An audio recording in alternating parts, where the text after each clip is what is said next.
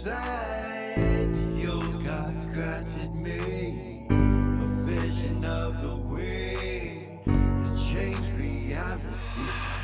In the shadows creeping, can't rest your weary head.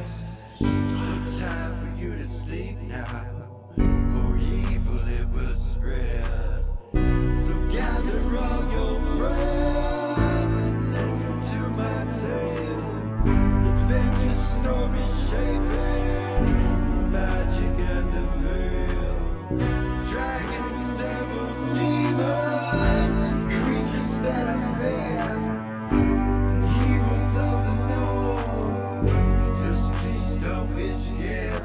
The heroes are the monsters to the enemy. It all depends upon the way that you perceive. Original GM, we're here to set you free. Come join in the adventure. Who you wanna be? Who you wanna be? We are we are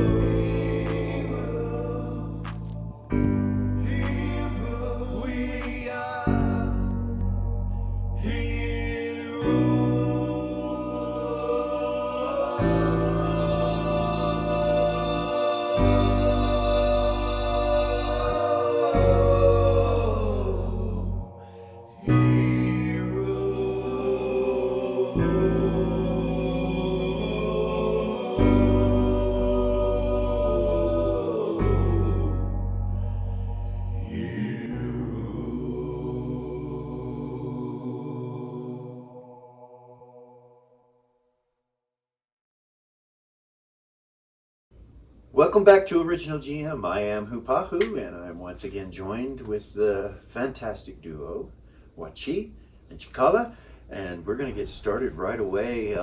When last we left off, we were outside of the witch's hut, the matriarchs, who happens to be your creator, your mother of sorts. She stated to you last game that you were created from the semen of a Verbadine Ranger. And she said the blood of the Bitch of Pain, or the Queen of North. But you assume she meant your egg, or her eggs, and you became her daughter of sorts. So you were created from her. She did the magic. There was some sort of ritual, ancient magics that these matriarchs know of, that no one else on the planet is aware of. You don't know a lot about the matriarchs, but you've witnessed the energy and the magic, and you know it has something to do with her voice and that triangle that came off of her. You, not sure how to feel. Your astrology said that you would feel, that you would have a good day, but you would feel weird and strange, and I assume you do. Yeah. Character's not feeling right, so and now you're horseless. You're outside of the witch's hut on the road, headed west, and then it turns back north, and it goes west a little more, and then down south, and then you have to go west again back to that pass and head north. If you went directly north now, there are no trails or anything that would get you through those mountains to get you to where you need to go. It's closer, a straight line would be much closer. You kind of got to go a roundabout way, but you're still going way up north where the reach is, the farthest point to the north. So let's begin. The snow is not heavy here, like I said before, just smatterings here and there. You know that the Dark Riders, Gala will tell you that the Dark Riders had cornered her and that she was saved by Gordon and Eris.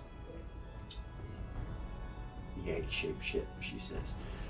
Anyway, all the horses died. And so there are no horses or escaped. You're not sure. You know, she tells you they're just gone. She said they were killed, but some of them might escape. You're not sure. But you're heading in that direction. You don't know where those riders are, so it might be a good idea to take it easy going up the road. Watch for lie. So, marching order.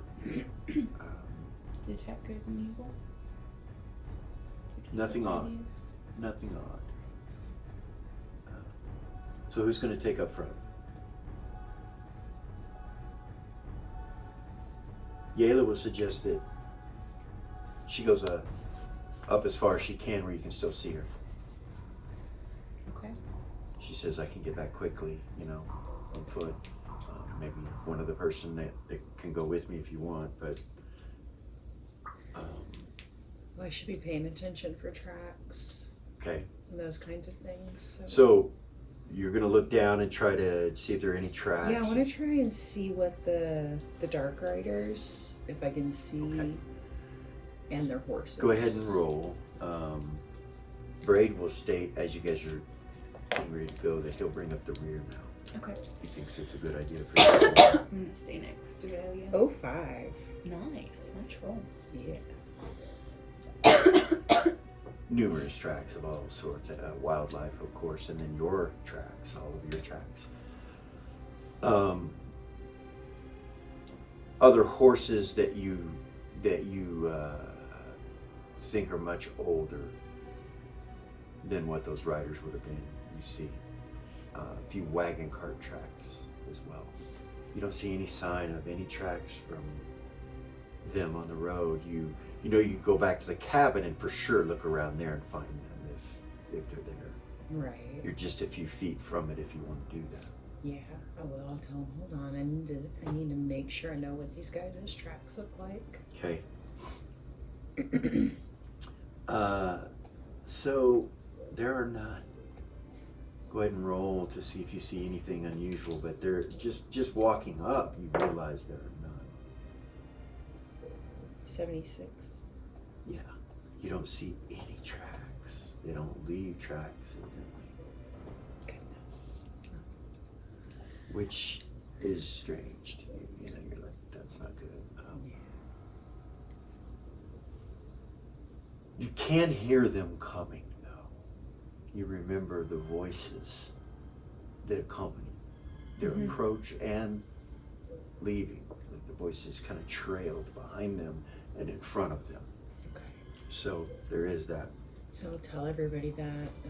I'll go back and I'll tell them, hey guys, like, those Dark Riders and their horses, they don't leave any kind of tracks. So you're gonna really need to be quiet and listen for them. Okay. Because it's the only thing that I've noticed so far to be able to identify them, like before they get to us. Okay. You guys travel. You go back the way that you came, and Yayla doesn't report seeing anything at all, so you continue, you go down, go all the way back, so it's probably dark when you make it to the crossroads of where you met the woman with the red hair. Okay. And you had made it farther than that the day before north and made camp. You guys are cold, but not hurting because of the equipment that you have. You're not in danger or anything like that. You're not really tired yet either. Like, you could continue for more hours if you want to, so it's your choice. We should do that. We should push on. And it's not I don't storming right think now. we should Well, stop it for was- the bandits where we think what we think were bandits. And it was full moon last night, is it? It's coming to, yet? yeah, it's bright. Okay. It's lit up. Yeah. Let's just keep going as Let's long do as we can. I agree. Okay, so you guys travel north. You make it, in about 2 hours, you make it to where you camped Okay. the night before. You see, you can recognize your campsite. It's not snowing, so The snow is melted. It's kind of muddy and rocky and stuff like that here with a lot of trees. You continue to head north farther, and you will finally come to an area where you see the cobblestones. It turns back west a little bit and goes through a pass through these mountains. And you see the cobblestones. And then it turns back north again. You guys travel for another 2 or 3 hours, and you come to where there's snow. You can see snow everywhere up ahead of you, and your elevation is slowly rising. It's getting a little more difficult to take a breath. You're not used to the altitude, and you feel, a little tired about that point, right at the snow. Okay. You see an area there that is built up as an encampment. It actually has tarps and a couple little building structures that are there. You see no horses or anything like that, but you can tell this is a makeshift camp for people before they traverse into the north, towards the Reach. This would be the farthest north that most people would go. The Reach is the farthest north that there's a settlement. But yeah, hunters, trappers, Barbadine Rangers, people like that. So I'll look around for tracks, see if there's anything fresh. Go ahead and roll.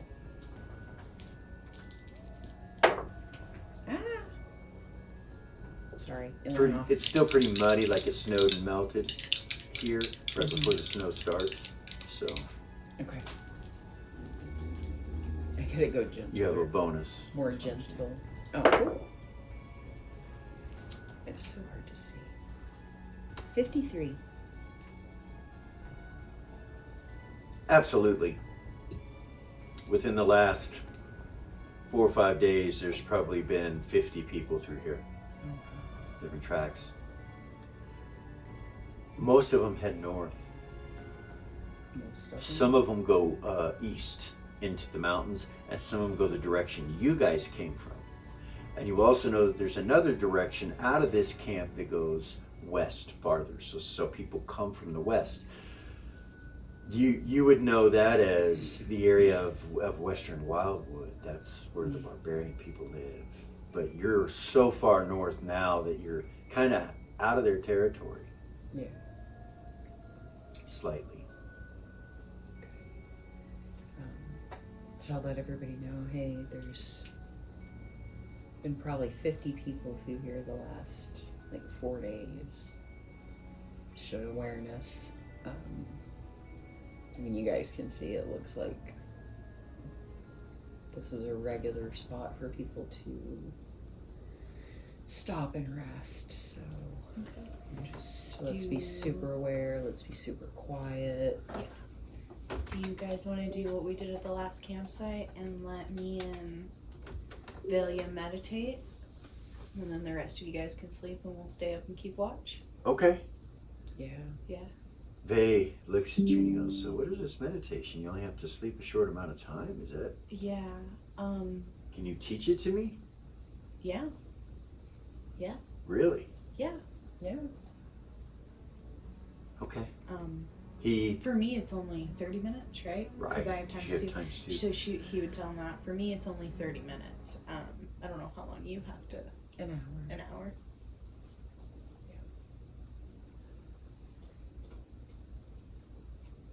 But yeah, we can teach you. Absolutely. Okay. Do we need a fire with all of our gear and everything, or we could? You don't need one, no. No. With your gear, you're okay. It's cold, but you're not taking any damage or hypothermia or any problems like that. So, currently, you guys are right about here Okay. on this map. Yeah. Okay. North Point Keep is to the west. Okay. So you will see some soldier footprints and things like that as well from the north. Okay. Beacon, that kind of stuff. Not from Beacon, but Beacon soldiers that are in different castles throughout the north. Okay. Yeah. So you stay up, you try to teach him how how to meditate. Right? Yes.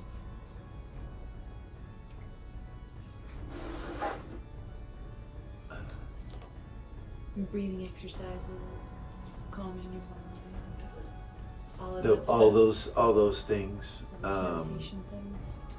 So It's under wisdom. Yeah. LA -2. yeah, he doesn't. He has a slot open that he could take, and he makes his check, so he gets the drift of it. Nice. So the three of you, after about an hour, you're good. You're 30 minutes, you're good. What do you guys want to do? Everybody else is sleeping. There's no storm or anything like that. So you can see out, and it's all lit up. Should probably eat something. Feed the OG. Yeah. Okay, feed the dog. Yeah. You can feed the horses too if you wanted to. There's no horses. Oh, that's right. Damn, that sucks. does suck. does. We're walking. Yeah, it's gonna take you longer to get there for sure. Yeah.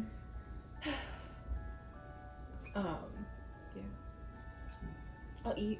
Got anything you want to chit chat about?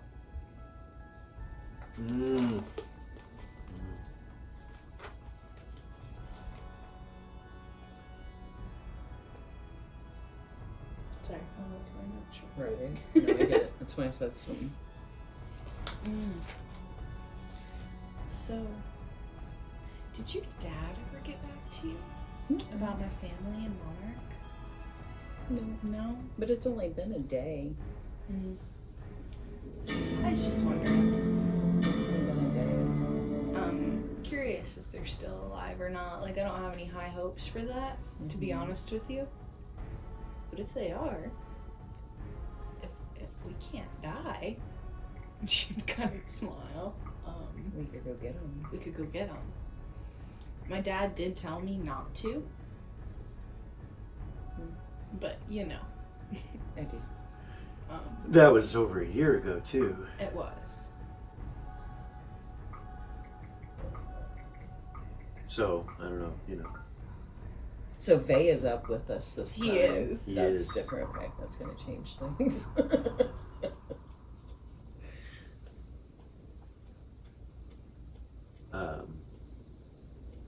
Yeah, no, he's just listening. He's not saying anything. He's just listening to you guys. I think that Looking at the. He would ask you guys if you just didn't want to fire, if you thought that would bring people aware to us being here. He's like, if that's the case, we wouldn't worry about it. We're in an encampment. People expect there to be people.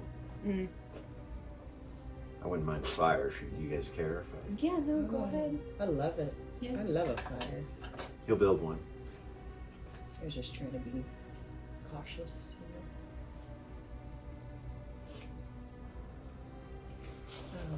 Don't mind me. No, I have. He nods.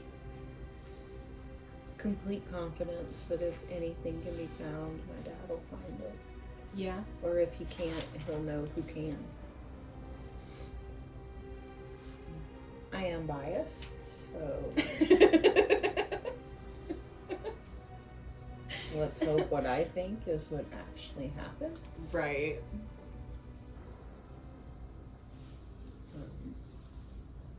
But he'll do everything he can.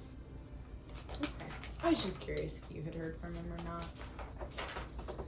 Like I said, I don't have high hopes that they're alive, but Now, I did talk to him yesterday when we were shopping, but he didn't say anything about Okay. it. So right. I'm gonna pull out that notebook that I Okay. got, Okay. and I'm going to document everything that's happened up to this point since we left Beacon, and do like little drawings next to them of everybody. In this notebook, I'm gonna start a notebook of all of our adventures. Okay. That's what I'm gonna do. I have a drawing proficiency if you need me to roll it. Go ahead. Yeah. You're gonna need to do it every time. Yeah. How many of us are there? What's the description of it? It says it's So it's a work of art sometimes, and other times it's not. so yeah. Basically, what it is that so artistic ability is a wisdom check, but I think drawing, I think that's like up to the DM's discretion, like which artistic ability you want to do, and the artistic ability proficiency in itself gives whatever skill you choose a +1 to your roll. Okay, Does that so- make sense? So roll under your dex. Okay. That's for the drawings. And you get a bonus, a 1-point bonus. I got it. Okay. It's a 6 under. So you didn't even need your So if you bonus. roll 17. if you roll a 1, let me know in the Yeah. future. You know, of course. So it'd but be a 5. okay. A 1 or a 2. Yeah, Yeah. because your artistic ability. So, and then roll into your wisdom for the journaling. Oh, I missed it. Or I got right on it. Okay. Right on it. So you have a rough start. You're not sure how to start the journal. Okay. So you kind of come up with the wrong title and scratch it out, try again, and you don't like it, roll again to try to find an opening. You know, I got it that time. 2 under what I needed. That dice rolls you write something like Yes. A Hero's Journey, and then you're like, scratch it out. And then, you know, and then you make the next one, whatever you want to title. That's fine. So 2. She rolled a 2 on the second one. No, I rolled an 18. Oh, I thought you said on the second one? Yeah, I rolled an 18. I said I got 2 under what I needed. Oh, okay. all right, you begin to Sorry. journal. She begins to journal. Yeah. I need to get me some books. He's like, what kind of books? I kind of like books. Yeah. I got a library at my house Can be anything. in Verb. My mom and dad said I got a library. Yeah. My mom's. I should freaking go pick up some books when we come back. Because everybody's going to have to sleep except for us, and then we're going to sit around for 8 hours.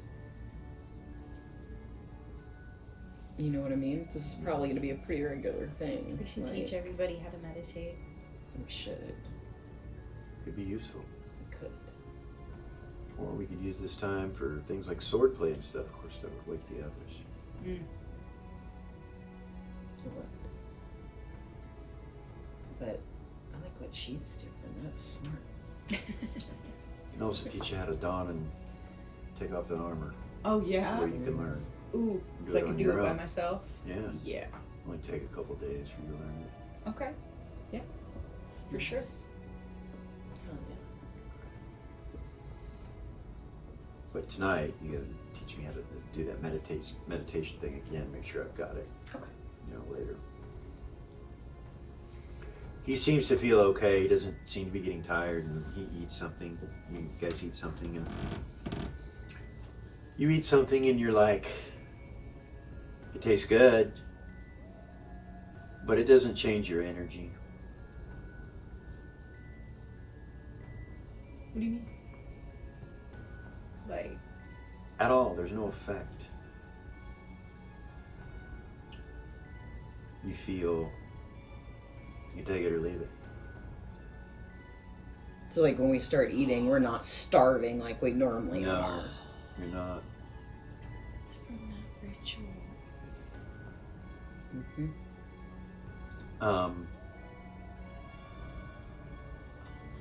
You begin to sit down and go into your meditation. And when you do that, instead of seeing what you normally see when you meditate, all you see is a bright light. Just a piercing, bright light that when it comes off of it, it's somewhat yellow, but in the center it's bright white, and it's just in your mind's eye. And you realize you can meditate on it. It will help you meditate, and you do, and you go through your meditation, no problem. But it changed your meditation.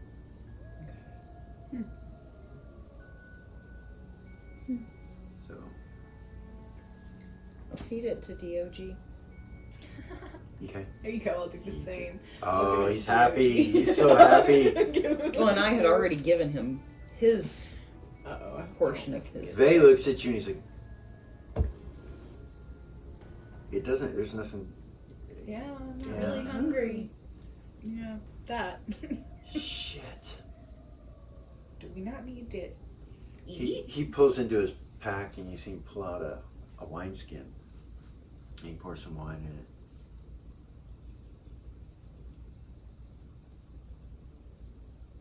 I would offer you some, but hold on. And he downs this big old glass of that really fine wine that he carries. Mm-hmm. Nothing. Nothing? He pours it again. Does it at least taste good?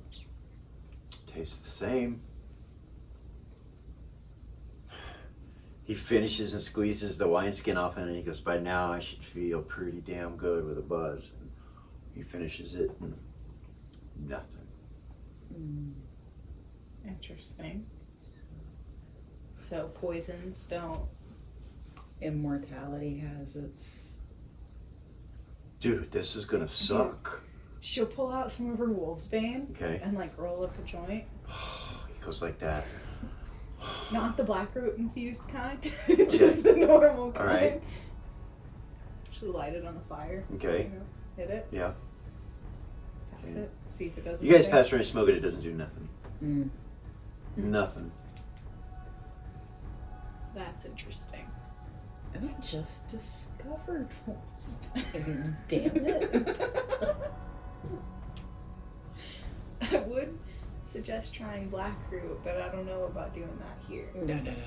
No. I have some blackroot infused wolfsbane Yeah. that I got at that herb shop. But let's do that when we get back to Beacon. Okay. I'm super interested in this blackroot. The way that Does he have a look on his You face use like it. you do? Yeah. He's What? just like, What? we're different. I feel really good. I don't feel weak. I feel like sitting still is driving me crazy, he says. And you guys kind of feel the same way. You're like, you. yeah. Like antsy? Yeah. Like there's something we should be doing? Mm-hmm. Yeah. Mm. How long have we been sitting here? Like an hour. So about an hour and a half. About an hour and a half. Yeah, you got a whole fucking 8 hours. We need to teach everybody meditation. We do. Let's wake their fucking asses up and teach them. Oh, He that's says, so rude. That's so I don't give a fuck. He walks up and he starts banging his shield. Hey. Wake up, wake up, wake up. They. Dewey comes out. What? She's Remy's like, "Dude, this. what's going on? He's like, get your asses up. We got shit to do. We're gonna teach you something. Come over here. What? Come here. I wanna She get some sits here, sleep, man. Come here. Come here. It's fucking cold out there. Let me get dressed. Something. Waking somebody up late at night like this? The hell's the matter with you? You hear something get thrown and He's a crazy. crash, and Doobie's like, Right? I should have warned you how cranky he is when he gets woke up, man. Where's Yellow? We need probably within some coffee. 3 minutes, Dusty comes out completely dressed. Hey. You hear some more banging. You hear Remy fall over in his tent. Oh, son of a motherfucker! Dusty kind of looks over there. She would kind of He goes up. stifle a giggle. He goes up to the fire. Doobie comes out shortly thereafter. Remy, you can tell he's coming. He comes out of his tent kicking shit and trying to get dressed. And no Yayla. You don't hear anything out of Yayla. Yeah, it didn't work. It didn't even phase her. You see, wanna go wake you see Yayla? Vay walk over to Yayla's tent and then he stops and he turns and looks back and she's like, maybe you guys should. Yeah. Yeah. Yeah. He walks away from the tent. He's Go like, ahead. You if think? that didn't work, I might catch an arrow or something, he says. Yeah. I'll go over there. Alright. You see Remy walk past. He goes, what the fuck, man? He looks at you. Is this your idea? Yeah, of course it is. Of course it is. Me? You're in charge. He says, you're the boss of it. And he starts walking to That the was fire. all him. That It was all they. Nothing to do with Fuck. either of He said us. you guys had something to do. Okay, He goes come walking here. over to the fire. Come here. Come sit down. You go over to Yayla's tent? Yeah, I'll go to her tent. and call her. I'll stand outside. And, Okay. Yayla, Yeah. hey, we want to teach you something so that you guys don't have to sleep for 8 hours. Can you come here for a minute? There's a pause. Shit, I ain't sleeping. What the fuck? She gets up. I'm not dreaming, right? No. No. Okay. No. Give me a Oh, I can't second. hear. Okay. Give me a second. Meet him by the fire. Okay, you go walking back over to the fire. Mm-hmm. Does she sleep? Vay is like doing katas with his fucking sword. He's just kind of spinning it around. You know, and So dramatic. yeah, you come over to the fire, and Doobie and Remy are asking about the coffee. Doesn't he have some kind of that coffee? Yeah, She'll we'll be have here her in a make minute. some. Vay sheathes his sword, walks past you guys, goes over to where the coffee pot is, starts digging it out.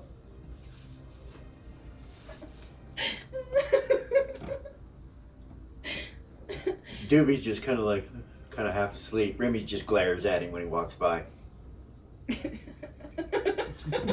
All pissed off. A few moments later, Gayla comes perfectly dressed, hair perfect, everything, walks up to the fire. Nice.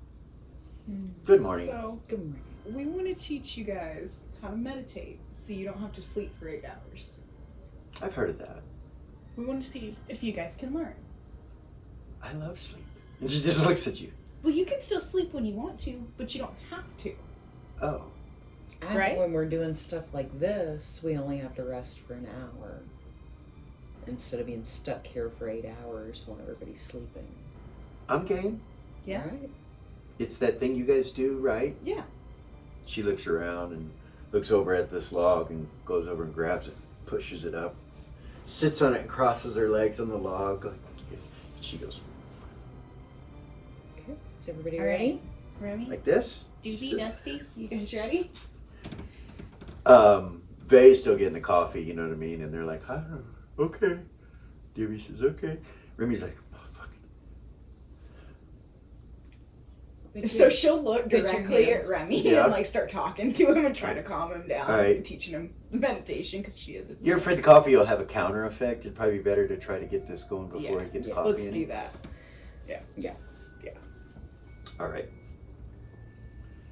Dusty does it, you know, he sits down and does it. So you begin to try to teach all of them this.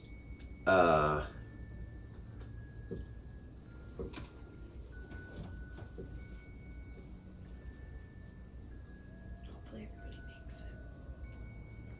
Otherwise, we're going to be carrying somebody. So you go into it, you know, and you see Doobie, his eyes are completely closed. He's just like, She'll be watching them, you know, to try to make sure they're doing it. You feel me? They don't go to sleep. he's Yeah. doing that. Like Doobie is. yeah, he's He's falling asleep. falling asleep. Dusty seems to be doing it. You can tell he seems to be breathing right and everything. Remy's got a frown on his face, and his hands like that have turned into fists, and they're on his knees like this, and he's like,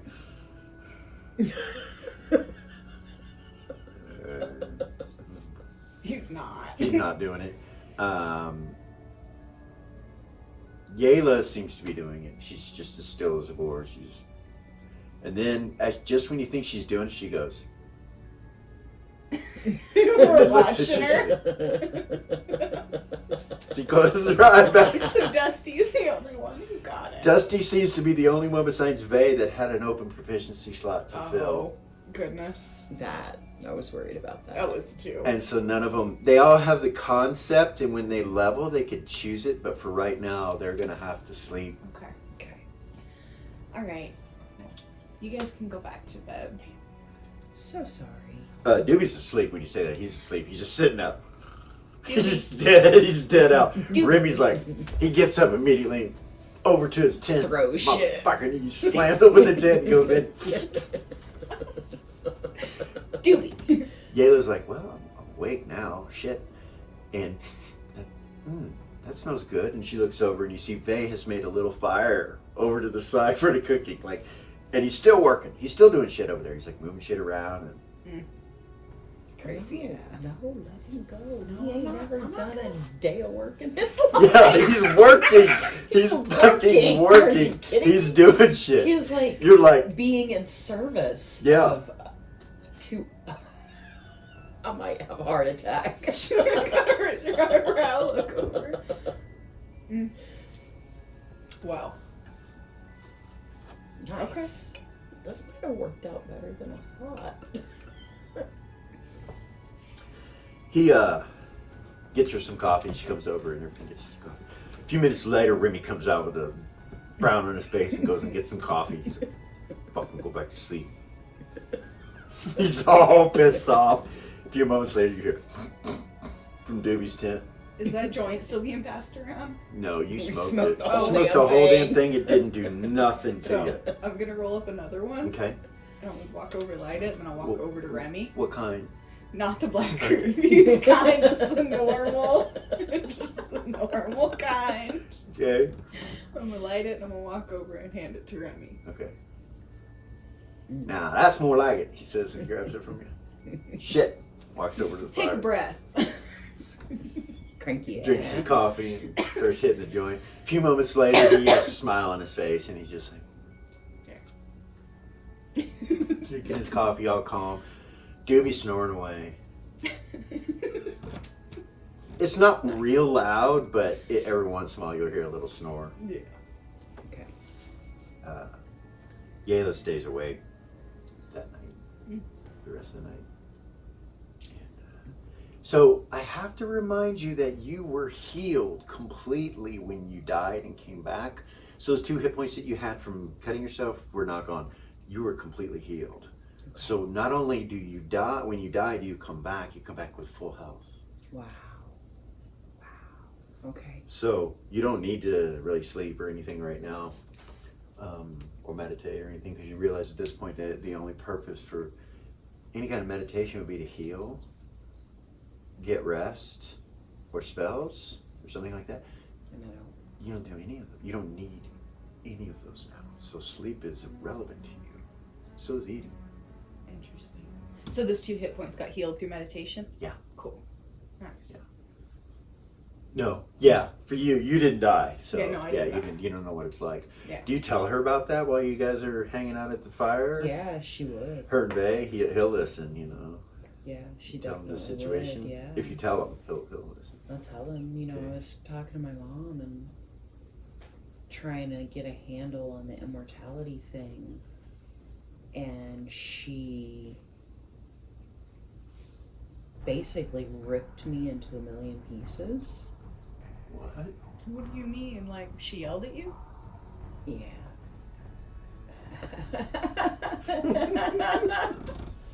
Yeah. Actually, Sound Witch Oh. I mean, she literally. ripped Ripped my you apart. body into a million pieces, and then I came back together. And when I came back together, I was healed. Remember the cut from the ritual? It was gone. And I was completely healed from it. So you died and came back to life. I did. What was that like? Being born from the light. Literally. The light.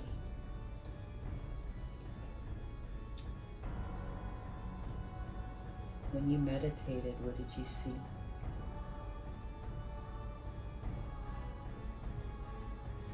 Same thing that I feel in my blood. Faye says. What did I see? What do you mean?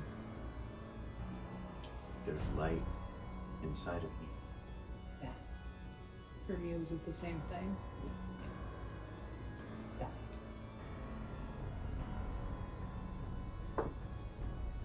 Isn't Gold Star or Goldar the gods of light? Yeah. Cold Star. In specific. Isn't he dead? Dead.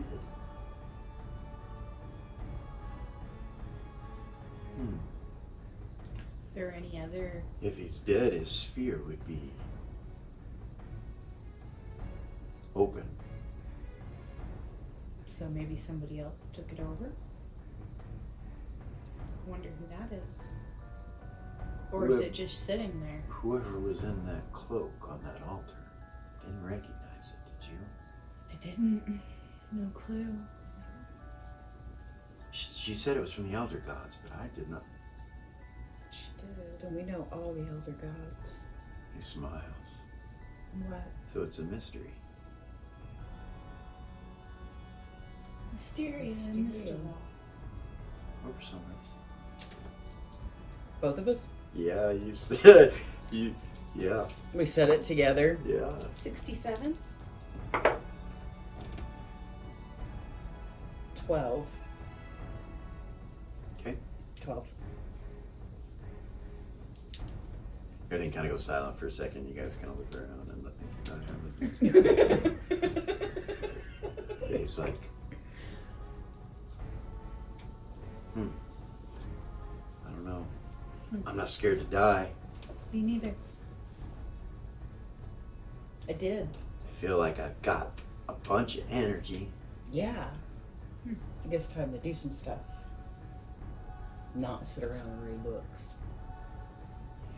You gotta let little one sleep over there. Mm-hmm. And we'll have to figure this out. We gotta figure this out. Do. Wow. If we had a wagon, we could Ruby's just like, put him in it. Make us immortal. Shit, that's the answer. I read the book on how to do the ritual, right? Yeah, you remember, you know the words and everything. You don't have the pentagram of blood. You don't know what the blood was that was in the pit. Actually, you do. It's written in the book. It's all written in the book. You have it all. You could do the ritual, which is fucking spooky that you have that. But yeah, you do. I don't know about the repercussions from doing something like that, though. Bagels. Say. This is your repercussion right here. I meant to the person who sets up the ritual. Oh, isn't it? Oh, yeah. I don't know. So let me. Nothing happened to nobody set the ritual up. Well, I guess she did before we came, and she was fine. She was. She's also a matriarch witch. She is. So maybe there's something used. So we go back there. We go back there. We go to the cabin and we do the ritual Again, with all of us. we could. She won't be there. Better. And We don't want her there. We don't want her to know we're doing this. right, but the Dark Riders and the Dark Knights and all that are going to be watching her place.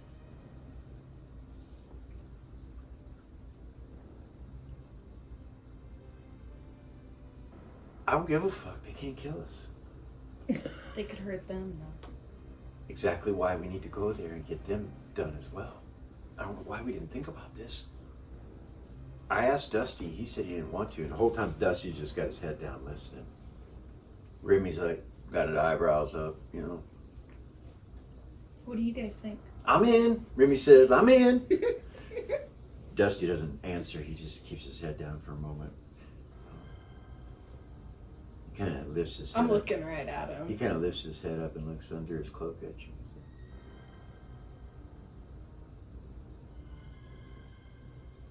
I think living like that would be like living in a mask after a while.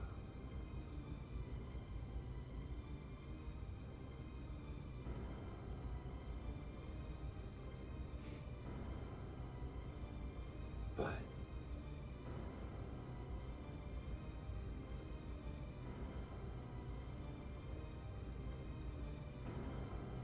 it wouldn't matter if people hurt me anymore. I'm in.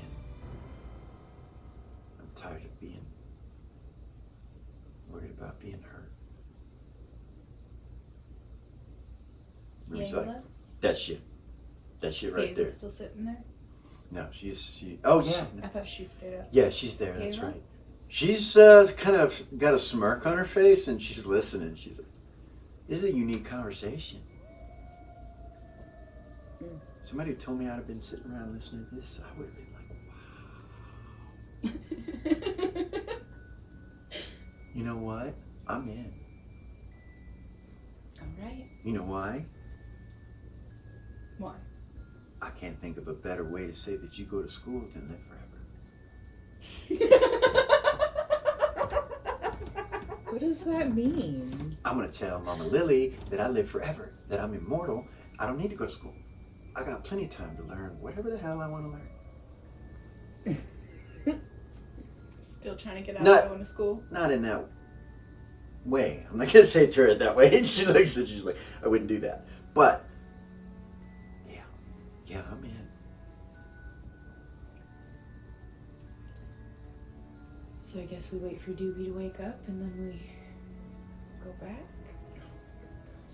Unless this is something that specifically the House of Sith is supposed to do. Her face is. Looks like what you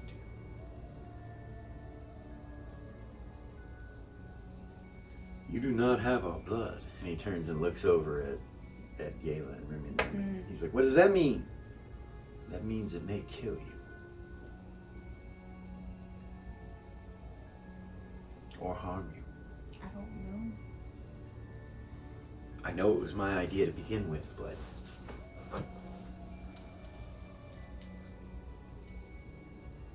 It's not worth anybody dying. Dusty says, I'll go first. Then you'll know. Oh.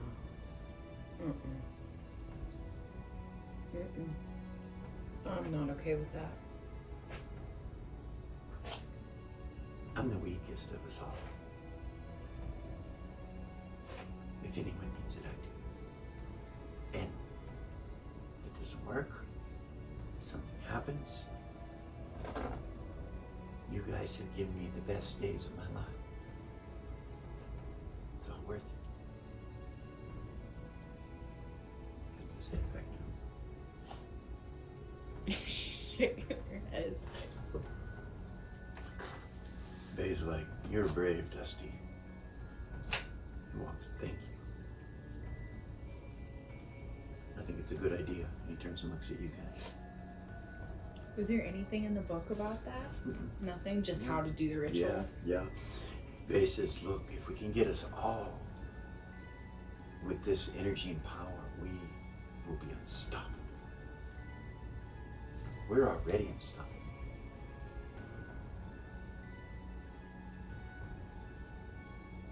I mean, I realize we don't know the ramifications, the repercussions of what we've done, but we know enough to know that we can't die, right? That we're immortal. Why not make us all immortal? You see Dusty get up. So let's go. You gotta wake Doobie up. Bay's like, I got it. Turns around, walks over to Tin. Yeah, I was like, we're really doing this. It didn't hurt Bay. He has our blood, though. He has Sith blood. Yeah.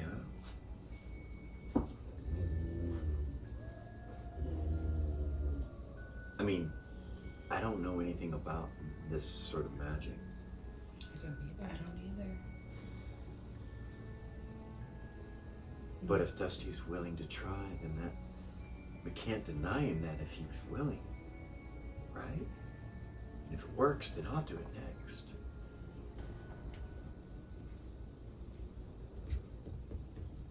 Vay smiles and just looks at you two. He's like, Everybody should we have build, a choice, we you build a know? band of immortals. He just looks straight at you and you see his face just go real serious. He's like, it has been my goal for as long as I can remember to be immortal and rise the House of Sith to immortality. And we have done that. Now, we bring those that we love with us. We do not leave them behind. What happens in 100, 200, 300 years when we're still alive and they are gone? I do not want to miss my little buddy Doobie. We should try. Especially if Dusty's willing to try first. Okay.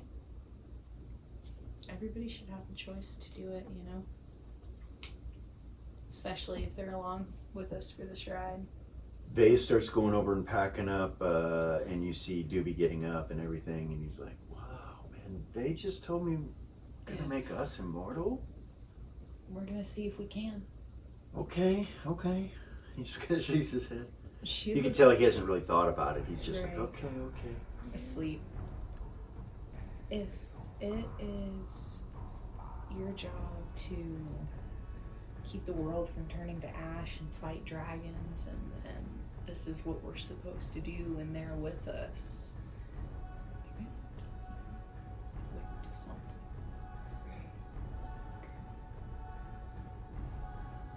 That's how I feel about it. She would have lowered her voice when she said that. You Okay. feel me? She Right. wouldn't have said that where everybody could hear Okay. it. Say it where the camera can hear it, but other than that, yeah. You whisper. Yeah, so Velia would whisper back to her. I think Ronnie's the only one who's got hear noise, right? Yeah. He's the only one who could try. I do. I agree with you. Everybody should 92's not have. gonna get it. Everybody should have a choice. Dusty has the kindest, sweetest heart of anyone here. Yeah. Including me. And if he dies doing this, I mean, he is the son to the royal court wizard of Beacon. So There could be repercussions. there could be repercussions if we Problem. willingly let him die. Problem is you're not looking at it the right way. Okay. You are immortal. What are they gonna do to us? Faye looks real, like, empowered, you know. It wasn't our choice, it was his.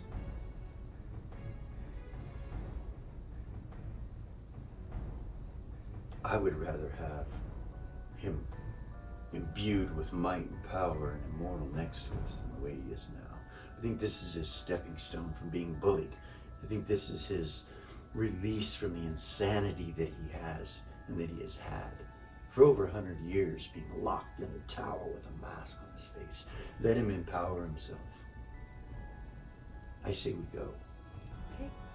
Let's do it. Let's go. Pack everything up. So Go back. as you again. guys pack everything up and start going back, you're riding back. Yayla starts to, Doobie starts to talk. He's like, "Hey, can I ask you a question?" Kind of walks up to you. Me? Yeah. Yeah, what's up? What if I don't want to do this? Doobie? Yeah. It's your choice. I don't have to if I don't want to, right? No. Why wouldn't you? Kind of want looks to, over though? at Vay, and Vay just kind of stares at him with like out the side of his eye, like, and then keeps walking. Why don't you want to? He kind of looks at Vay and then looks back at you and says, "Well, I don't know. I don't know why I don't want to. Do we know if this is going to hurt? What happened to you?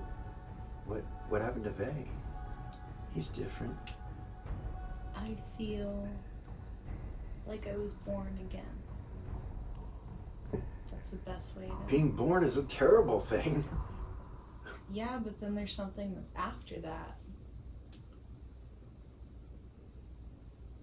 We can't die. I know you said that, but We don't have to sleep. We don't have to eat. how do you know you can't die? Because her mother killed her and she came back. To show me that I was immortal. Oh. And now I'm not hungry. I can't get drunk off of wine. Wolfsbane has no effect. I don't have to sleep. Which means poisons don't work on you. You can't be poisoned. Because that's what alcohol is, right? It's your choice. It is. So there's probably more, right? That you don't know. Oh, yeah. I'm sure. For sure. This is just within the first day that we've learned this.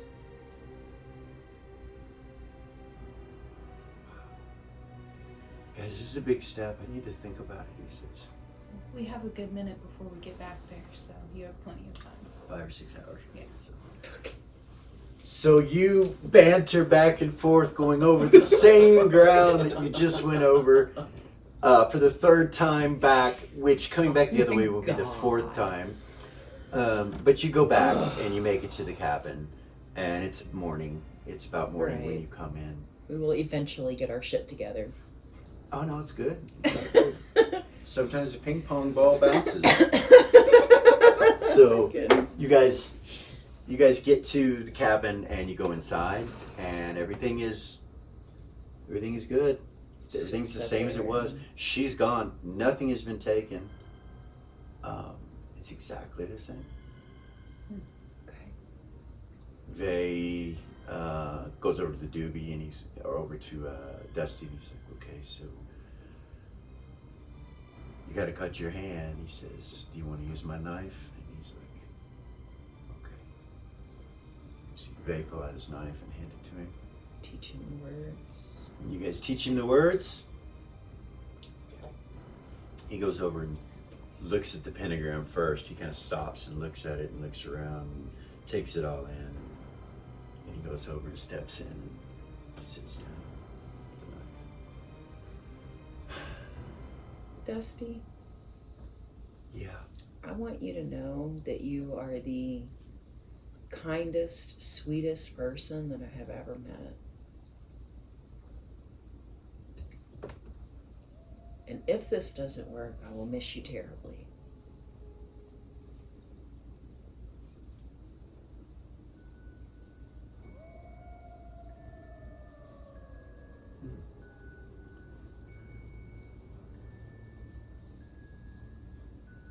He nods. Doesn't say anything. If this does work, I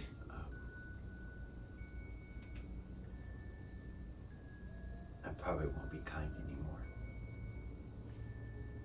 Why? But to you guys I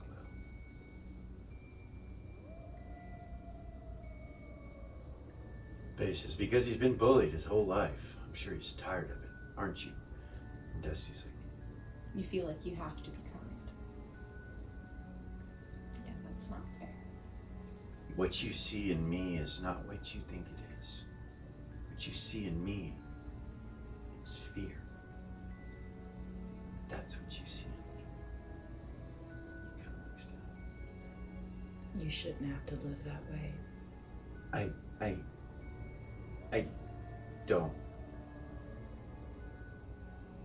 Yeah, I don't live. And he kind of looks down. And Vay's like, well, then let's get rid of that. Do you remember the words? And he goes, I speak the language. And he just kind of looks up at me. Of course you do.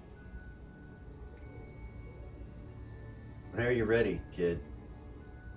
You see him just kind of looking at him and goes, give me a moment. You see him close his eyes and he starts to mutter something under his breath.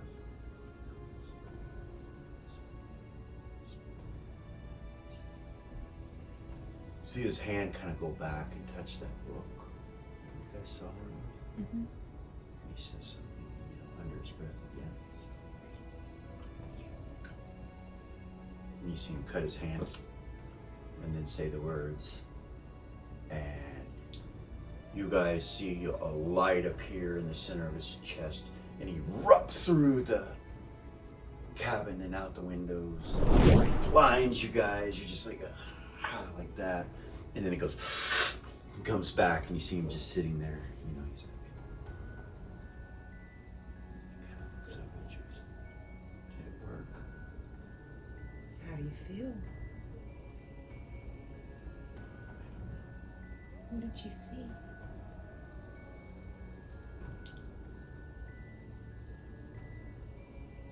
There was a light. And then in the center of the light, there was a darkness. And that darkness exploded in my mind.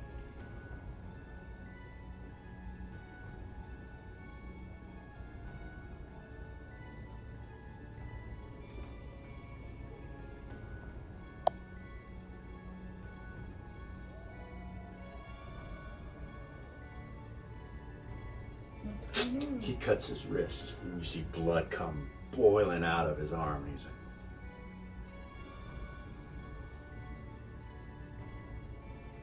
I'll go grab him. Yeah. as soon as you hit the pentagram, you bounce off this energy, and it knocks you back across the room, and you hit the wall. You take a couple hit points of damage, and you're kind of, dizzy for a She'll second. go over to her. You didn't quite get to it. Yeah. she did, and it blows her back up against the wall. Dusty kind of looks surprised at it, and then you see him just kind of start to fall over, and then goes unconscious onto the ground, and then you see him stop breathing, and then a light erupts from him, and he's laying there again. It worked. Sorry, I would have gone over to It Velia. took about 3 rounds, so you go over to Velia, yeah, and then he stands up and he steps out of the pentagram. It worked. Now how do you feel? It worked. You guys, it worked.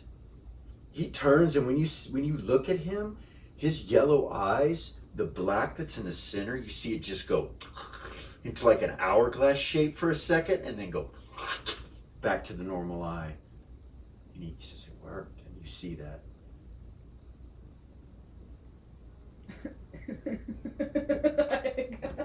I know what that means. Not necessarily. Are you okay? Yes, I am okay. That was an amazing experience. Thank you. You see Remy kind of off to the side like this. He's like watching. He's like, I'll walk up to him. What you shit, think? I don't know about this. That was fucking weird, man. Yeah, it's like, I'll go next. The path to immortality, man. You see Dusty kind of turn and look over, and he goes, no, you won't. She stops. She goes, what? If you do, you will die.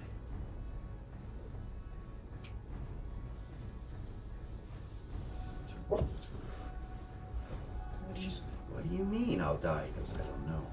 I just know that I saw it. It won't work on you, Gayla. It won't work on her? I don't think so. She dies. I see it. Dude, he's like, will it work on me? And he turns and looks at him for a second. No, it won't work on you. When he looks at him, you see his eye change to that hourglass again, because you're watching him. Instead of Yayla, you're watching him, I and he knew goes, that's what it was. and he goes, yes, that's where you'll die. And then it goes back to normal. You're not even sure if he's aware that it's doing it, is what I'm Yeah. telling you. And Doobie's like, oh, What okay. about Remy and Ray? She You turns know? and looks over at Braid, and Braid goes, don't look at me with that eye. I'm not doing it anyway. No one's asked me, but I'm not stepping in that. No offense. Too much magic for the barbarian. He turns and looks at he turns and looks at Remy, and he says, you will die too. I'm not sure why I didn't.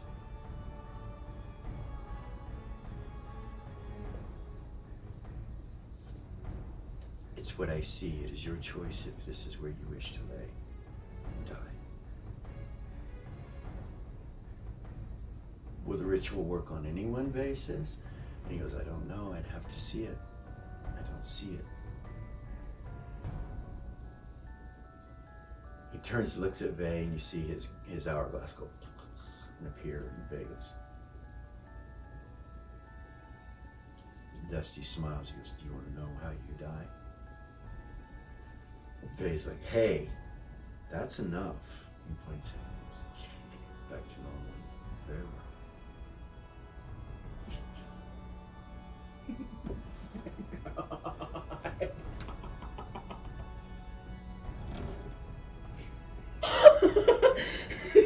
It's terrifying. It's a good thing we're immortal. It makes it a little better, but goodness. Vay's like, I can't die. That's what this is all about. Neither can you. You can, you just come back. Okay, is that what you're talking about? And Dusty kind of gets this smirk, and he goes, that's not what I'm talking about. Vay gets real uncomfortable, and he kind of walks away from Dusty. You can tell he's not happy. He just kind of walks away from Dusty and kind of goes over the window and looks out. Dusty turns and looks back at you too and says it's done, but no one else should do it. Okay.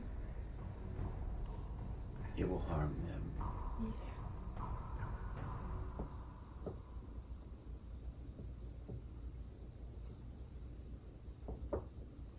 I don't know what it's done to me completely, but I know that I had dragon blood when I cut and said the words. So you already had So dragon you're blood. No. part Vulcan. It was a spell. Oh. That you placed on yourself before you did the ritual. Yes. Just in case you were right, and you were. It is your blood. It's dragon blood. Vulcan. Dragon can work as well too. Dragons could do this too. I bet some have. I need to pull the circle apart before we leave here. That would be wise. I'm gonna take the book and take it with us, I think. She'd say, do you mind if I know this is your mom's place? But she's not coming back here, right? I know Dusty looks around. He's like, there are several things we could use here. Yeah. there are. That orb, for one. And he looks over across the room at this orb. But it's, Yeah. you know, to carry this thing I forgot around is about like, it.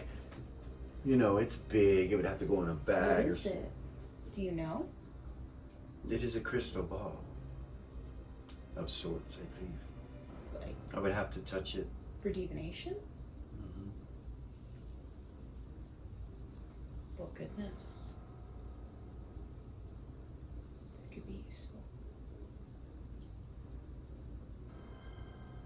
I'd say just make sure that nothing's trapped. I mean, these are her As you guys are things. standing there, you see the blood in the pentagram start to boil. Mm-mm. And then it starts to change into this black oak. And the pentagram starts sinking into the floor, kind of in on itself. Good. And then there's only a black spot left on the wood where it was when it completes. The chair's gone too. It went in with it. It just kind of sucked it all inward. Goodness. Roll an observation. Halved. I think I'd have that memorized by now. Yes. Yes. You both see Dusty's hand go back under his cloak, and you see like a glow, a grayish colored glow in his hand. He goes, Mm. Nice. Thank you. he kind of turns and looks at you. She's like, mm-hmm. Thank you.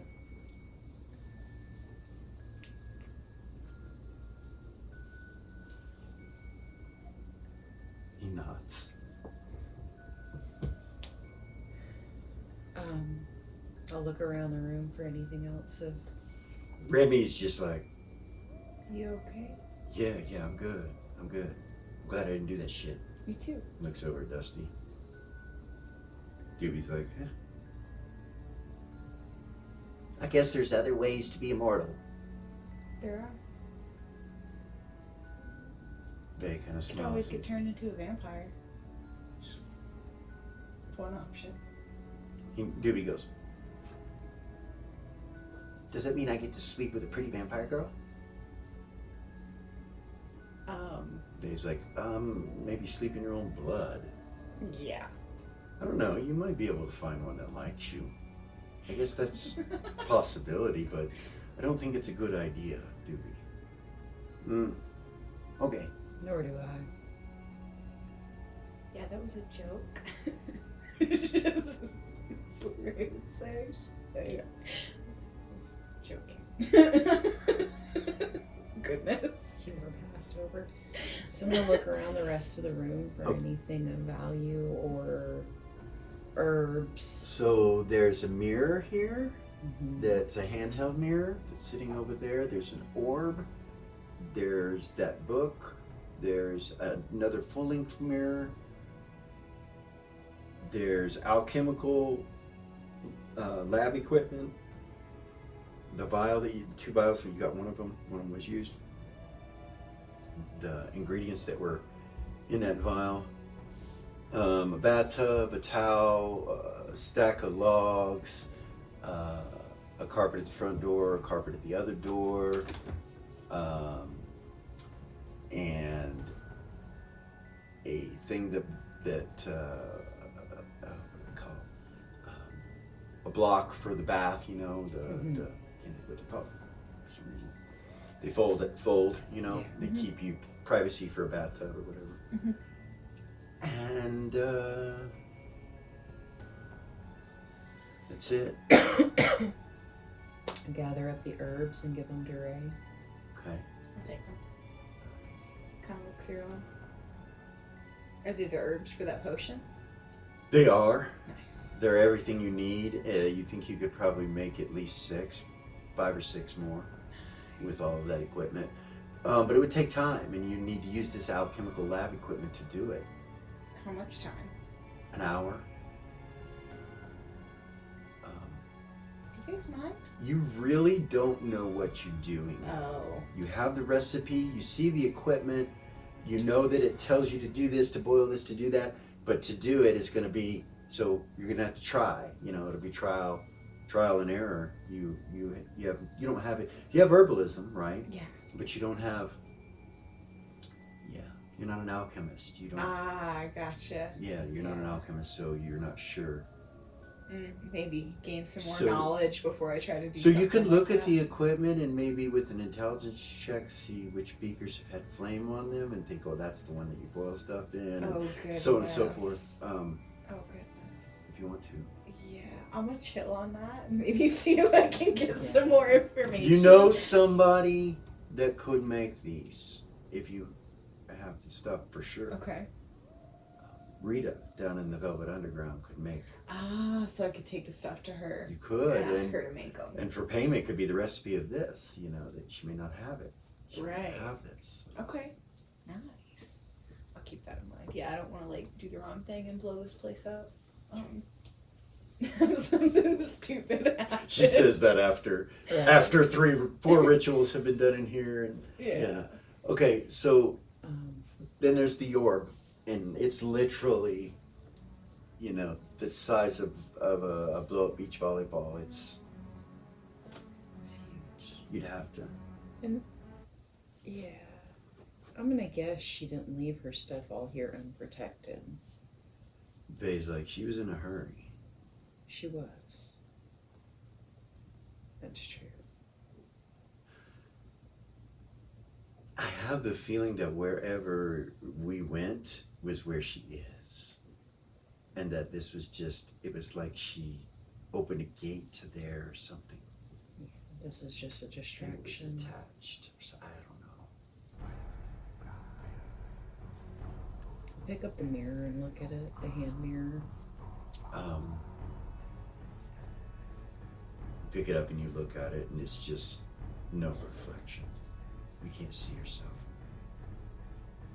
You see this elven male's face appearing.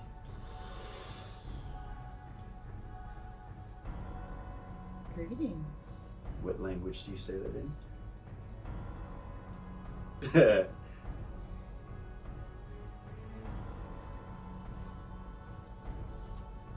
He's high elven, to be precise, you can tell. Just, I don't know if you speak high elven, We but don't. We got Vulcan or Verbadyne or Common. Vulcan is the older language, right? Player asking. Yes. Vulcan. He raises an eyebrow and goes, greetings, he says back to you in Vulcan. Touching shit. Belle, you don't know? This ain't Lily. I know.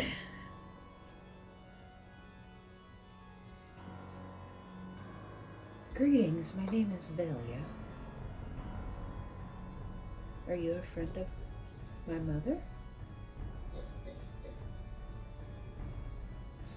Solstice? Yes.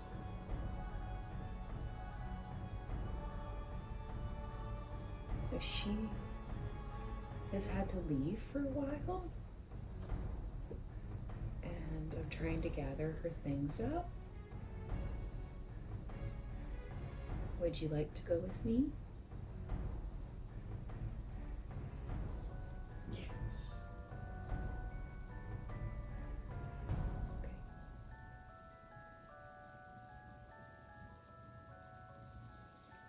Okay. What do you do?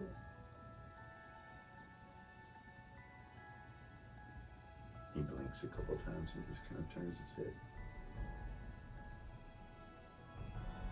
You will have to word your question with a yes or no answer. Divination level. Mm. Yes, real questions. Right.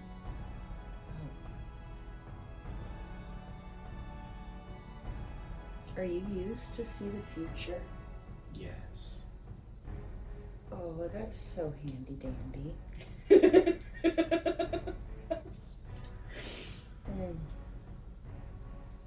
Kind of looks at you for a second and then he smiles and then you see him just slowly fade away.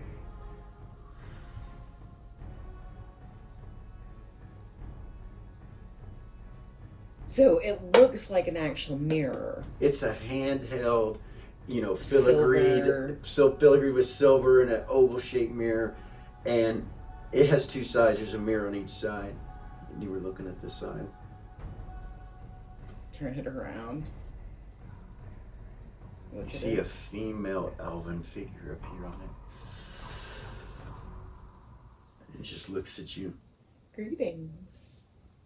In Verbenine. Or In Vulcan. Vulcan. It says greetings back to you in Vulcan. Greetings. And it whispers in the wind kind of when she says, like her voice is ethereal, like his was very solid. Hers is very ethereal. So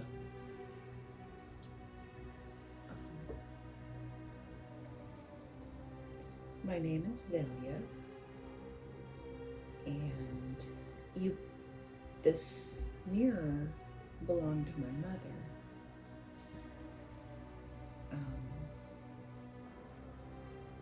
I'm gathering her things to take with me. So I was going to take you with me. She's had to leave for a while. Would you like to go with me? no.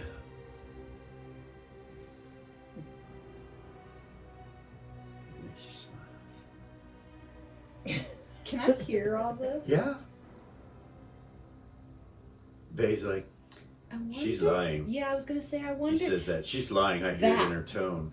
She kind of looks past you and over your shoulder, you can tell she can't see Vay, but she can hear him. She's just One side tells the truth and one side lies. yeah. That he looks at you. I bet that's it. Okay.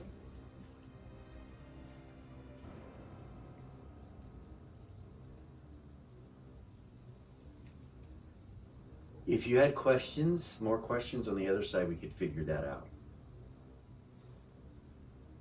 Turn it back around. It doesn't appear. How many questions did you ask? 3, Vay says. No. Looks like you get 3. Maybe it's 3 in a period of time, maybe a day. A day, probably. Maybe. Might have to wait till tomorrow, but I can tell you if one lies and one tells the truth. We can figure it out. If we can ask them both questions, we can figure it out. Okay. I'll look around for like a piece of cloth or scarf or something. So there is one. You see it laying over there. You go to pick it up, and there's blood all over it. Drop it. Okay. Mm. It got on you a little bit. Mm. Vay kind of looks over it. He's like, "I'm sorry. That was your mother's blood. When I carried her in here, I had to wipe it off my armor." It's okay. You see Doobie go over there and pick it up and walk over to the wash basin and go behind the little screen. You don't see what he does, but he goes up there and you hear water. I'll walk over there and clean the blood off of my hand and stuff. Okay. When you walk over there, you see he's got it completely clean. It was quick. He cleaned it quick. He wrings it out. Thank you. And clean the blood off my hand and I'll take it. Okay. It's wet, huh? Roll an intelligence check. And I'm going to make this at a -10. Actually, sorry, wisdom. Wisdom check at a -10. -10, so 7 or under. No. So never mind. So what do you do? I'll walk back out and put the mirror on the table and shake the cloth out, or the scarf out. Is it wet? A little. Just a little bit? Okay. No, a lot. A lot.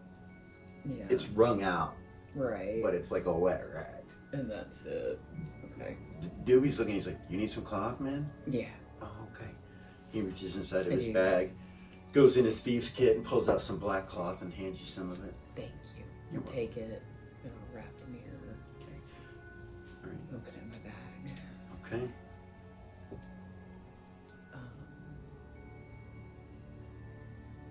Yeah. She can't help herself. She's going nuts with ideas. Good. The player, Good. her character's not. My character didn't know shit. I know No. a lot. Right. Okay, so just from past games and gaming, you may not know. You never know. You never know. So, but anyway, there's that big crystal ball that's in there. Mhm. Yeah, we can't really carry that with us. Doobie's like, we don't want to leave it for an enemy though. We don't. Maybe they can carry it in a bag. But he's like, oh yeah, I can carry whatever you need me to carry.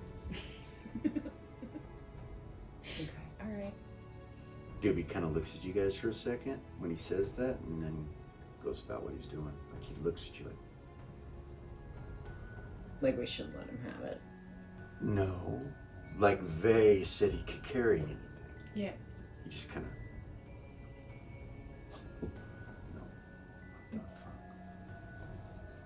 Something going on. Yeah. Lots going on with him.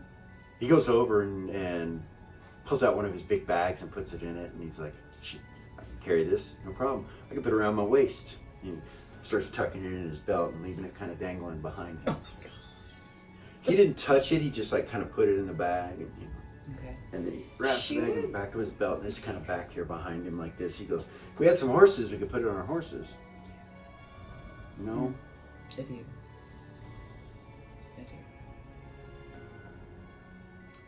We got a lot to do. We This should get whole- going. This We whole should. thing has been a huge clusterfuck. Let's go. I gotta Yes. say. We need to get going. Let's go.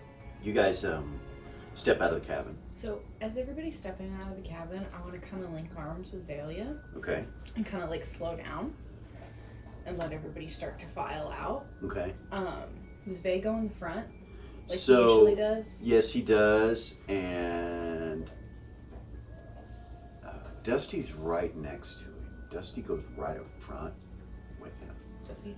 He's never done that. Yeah. He doesn't turn around and look behind him. He just goes up there with Vay. Doobie kind of comes next, and then Remy, and then Braid's like behind you guys. Yeah. So she would kind of lean over to Valia and like kind of quietly go, "Don't you think it's weird that Vay carried that orb and there was no qualms about it? He didn't try to get Doobie to carry it. He didn't." Yeah. Isn't that kind of strange? It is. Did you notice how he's doing everything you're telling him to? You should test that and see if that's what I think it is. I could be wrong. What do you think it is? He's doing everything you're telling him to outside of his normal what he would do. Asinineness? Yeah, that. Just saying. It's just kind of weird. You're saying that Braid closes the door behind you guys. And do you keep going? Mm-hmm. Keep talking? No. Okay. Nope, that was all I needed to say. Okay. Walk up front like I normally do. Vay stops where you guys get to the road, and he's like, You guys ready? Yeah. Again, let's just be as quiet as we can. Okay. I'll look for tracks along the way. The same. Make our way back. Make our way back again. No worries. No worries at all. So you guys start heading back. It will take you till nightfall to reach your first camp. Not the crossroads, but past that. You'll make it back to there at nightfall. The one where we camped the night before? Right. Okay. Doobie and Remy and Yayla are, and Braid really doesn't show it, but the rest of them show fatigue. You They're can see tired. they're tired. So we should stop. Remy says, we just need some food, man. We get some food and we can go a little while longer if you want. Yeah. Yayla's like, dude, I'm so tired. Yeah, you guys should sleep. We should stop and make camp. It's all good. We didn't really let you guys sleep last night, so. All right. So you guys make camp in that spot again that night.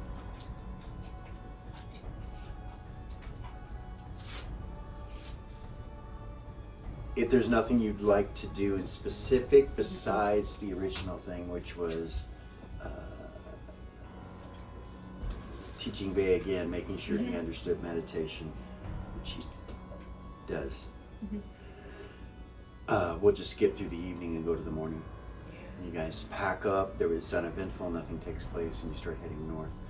You make it up to that pass, through the pass, and to the camp that's right at the edge of the snow. Okay. And you got another 5 hours, 6 hours before dark, and you make it there, which should be enough time to make it to the reach. Okay, yeah, let's just push on through then. Okay. No more turning around, no more going back. No more jacking around and stuff. So, all right, you guys head to the reach, and you go all day. It's about 45 minutes till dark, and you start seeing some lights up ahead. And you notice a pathway dug out of the snow. You've been traveling on top of snow for a while. There's no storm right now, so all it is snow and a little bit of wind, some flurries from the wind, that's it. But there's a definite permanent dug path. It's like it stays clean or is cleared often, you think, by the way that it looks, because there are lights, there are torches that are sitting there. And when you look at the torches, they're not lit with flame, they're lit with some kind of magical glow that's coming off of them. And it kind of gives this whole place this bluish color in the snow. You can see the tracks in it that go kind of northeast, easterly from here. So I'm going to zoom down here and show you guys on the map. This is the pathway. And you travel all the way down that pathway for approximately 300 yards or so. And you come into a bowl-shaped area like this that's been dug out. And this is all ice. And you guys are right here. You can see smoke rising up from the chimneys. You can see wagons over here off to the side. You see a corralled area to your right with horses and a barn. And then like a center gazebo in the middle of town. And at the top of all of these areas right here, you see ballistas sticking out.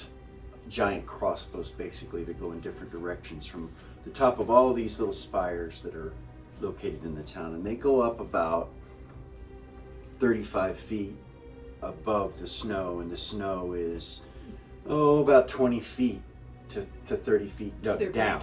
You're on ice, and so you guys put your gear on, so you're okay. You're able to step in it, you know, through the snow and through the ice. You don't slip. It's got the claws on the bottom of the shoes that you have on that are on the outside of the furs, which are on the outside of your boots.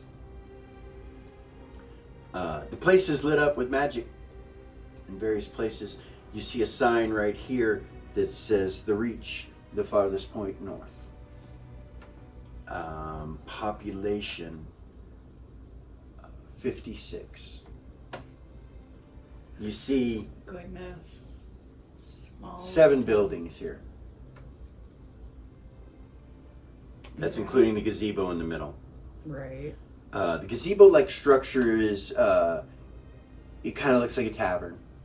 It's not real big. It's actually pretty small when you really look at it. It's 35 feet in circumference. It's a circular tavern. It's tiny. And it has steps going up in every major direction, north, south, east, and west. Okay. You see smoke rising up out of it.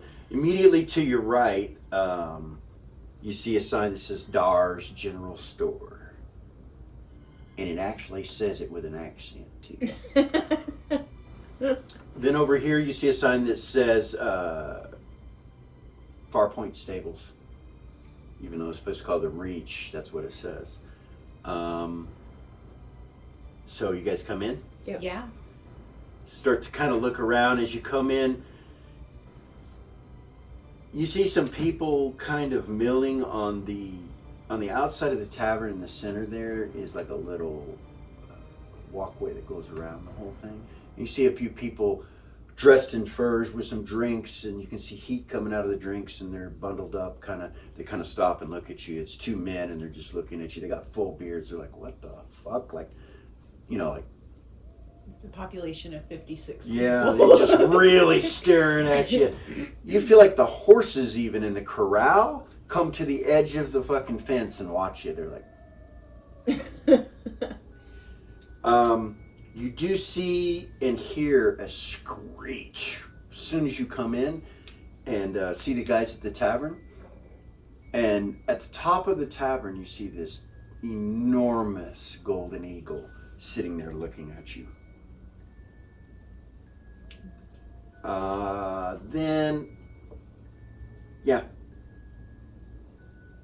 Farpoint Tavern is the name of the tavern. It's written above the door. When you guys get closer, you see it.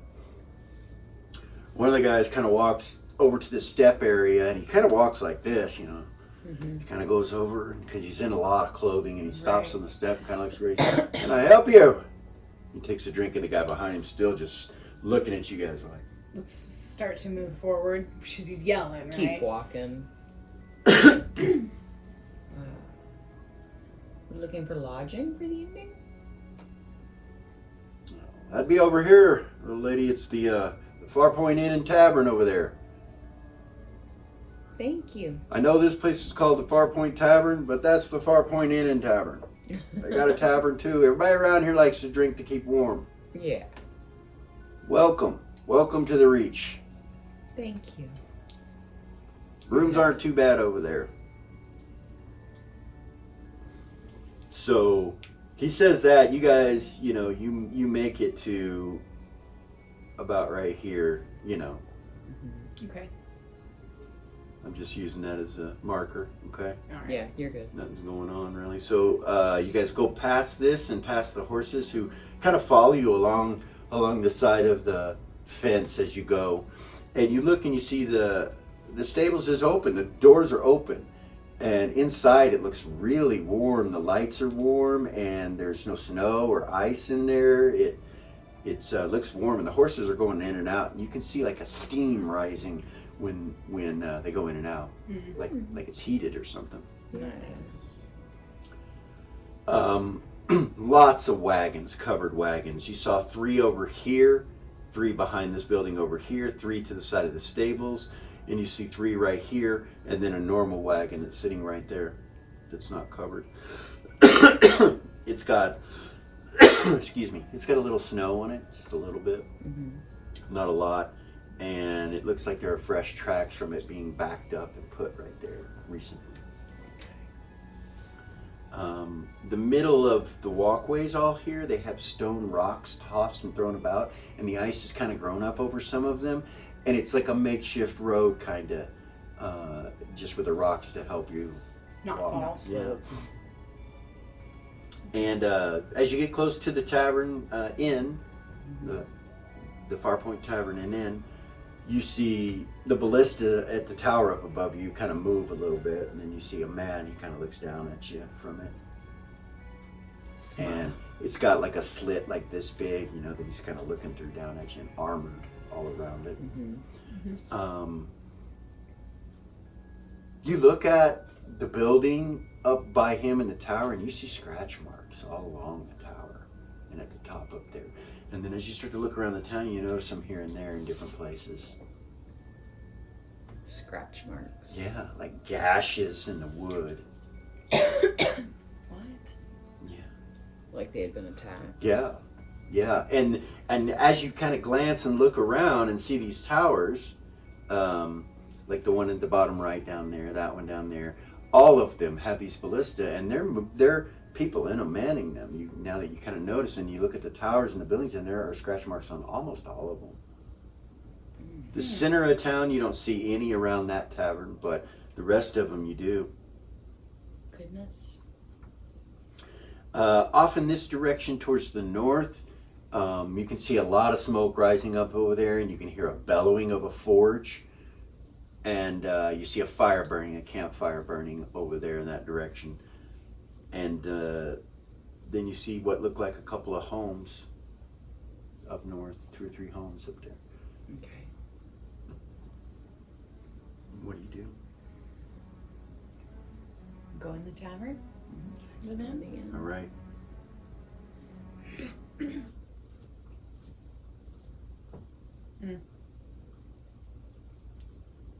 You walk into the place and it's rectangular from left to right. It goes about 60 feet. Across it is about 30 feet. It's a square bar in the center. And you see an elven woman standing behind the bar, bundled up in warm furs and everything. And as you walk in, the fireplace is going, and it's cold, guys. Like, your Even weather with gear, her I haven't stuff. really stated how cold it is because your weather gear is helping you.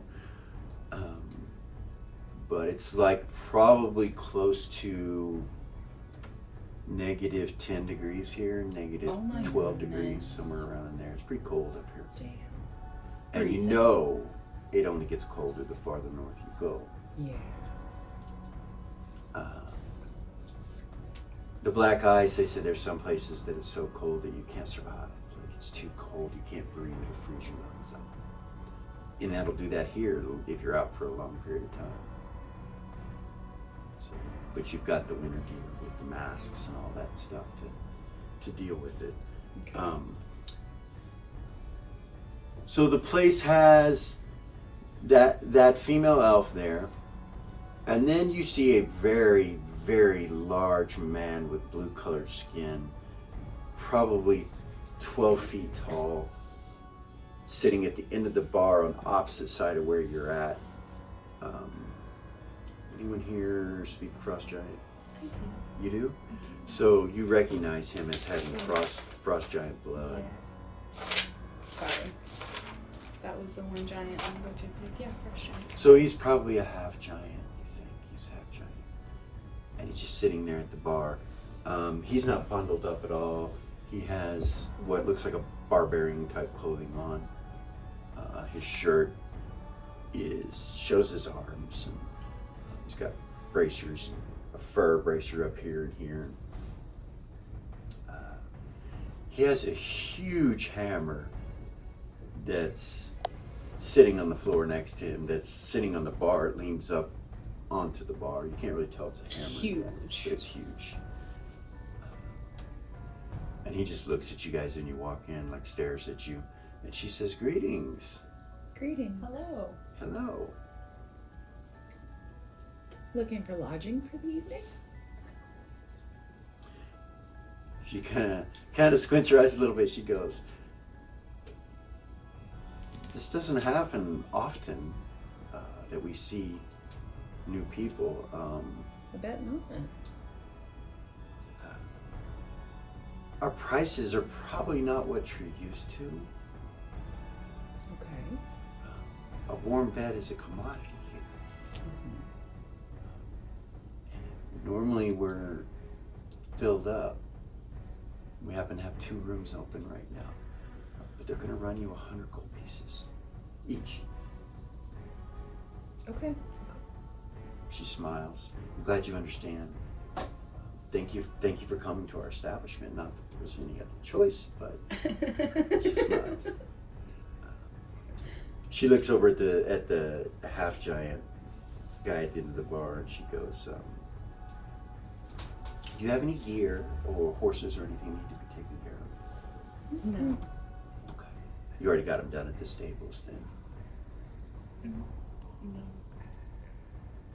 No. No. You came on foot. We did. We did. She smiles. Interesting. Boy, I bet you have a story to tell. So, with that price will come dinner, of course, and breakfast. And also lunch if you're here for lunch. But when dinner comes back around the next time, you'll have to pay again if you're staying. By the way, are you planning on staying, or is this just for one night? Just for tonight. We'll be headed out in the morning.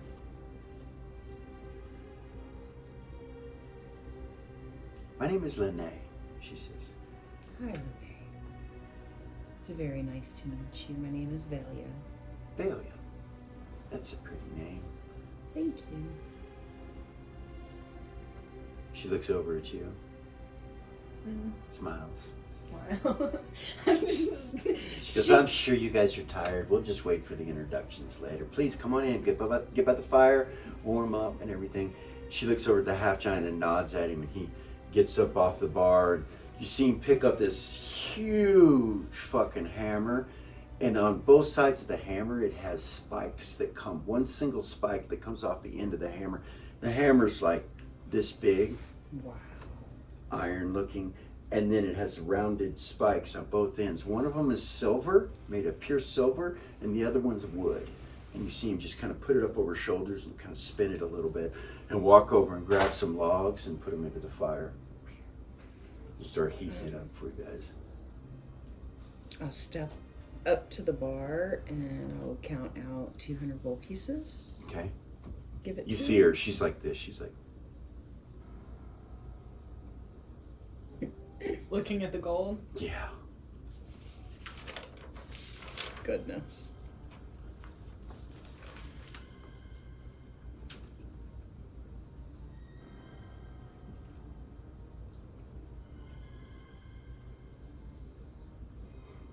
While you're doing that, she gathers it all up and starts grabbing 2 keys and putting them on the counter for you.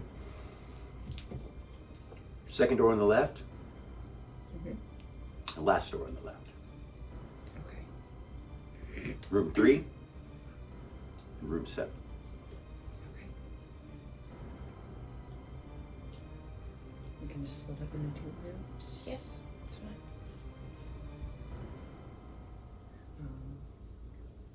Yeah. Yeah. And go over by the fire and get dried off. As you're doing that, she goes over and locks the door at the front, and you see it gets locked with these 3 huge sliding bars. She sees your concern and she looks at you. She says, "Oh, no worries. We'll open it when you're ready to go. We keep everything locked here. I had opened it prior to your coming. Of course, we knew you were coming. We saw you. We don't get people up here very often. Mm. We get folks that come up here and travel farther to the west, and some, crazy folks that go north. I'm betting you're number 2, aren't you?" She smiles, shakes her head. Yeah. Yeah. If there's anything I can do for you wonderful adventurers, you powerful people, let me know. I'm here to help. He can do a lot of things too if you need him to get anything. If you'd like, if you have an order placed at the general store or anything like that, he can carry it all and bring it to you, bring it here. You don't have to go there. We can make you up a list. Oh, nice. We'll go and get it all for you. That's wonderful. Actually, I do. I need to purchase some arrows. Okay.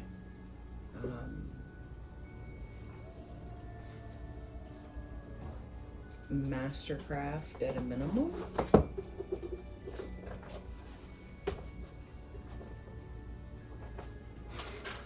got these twinks that are they're buying non-magical arrows. It's funny.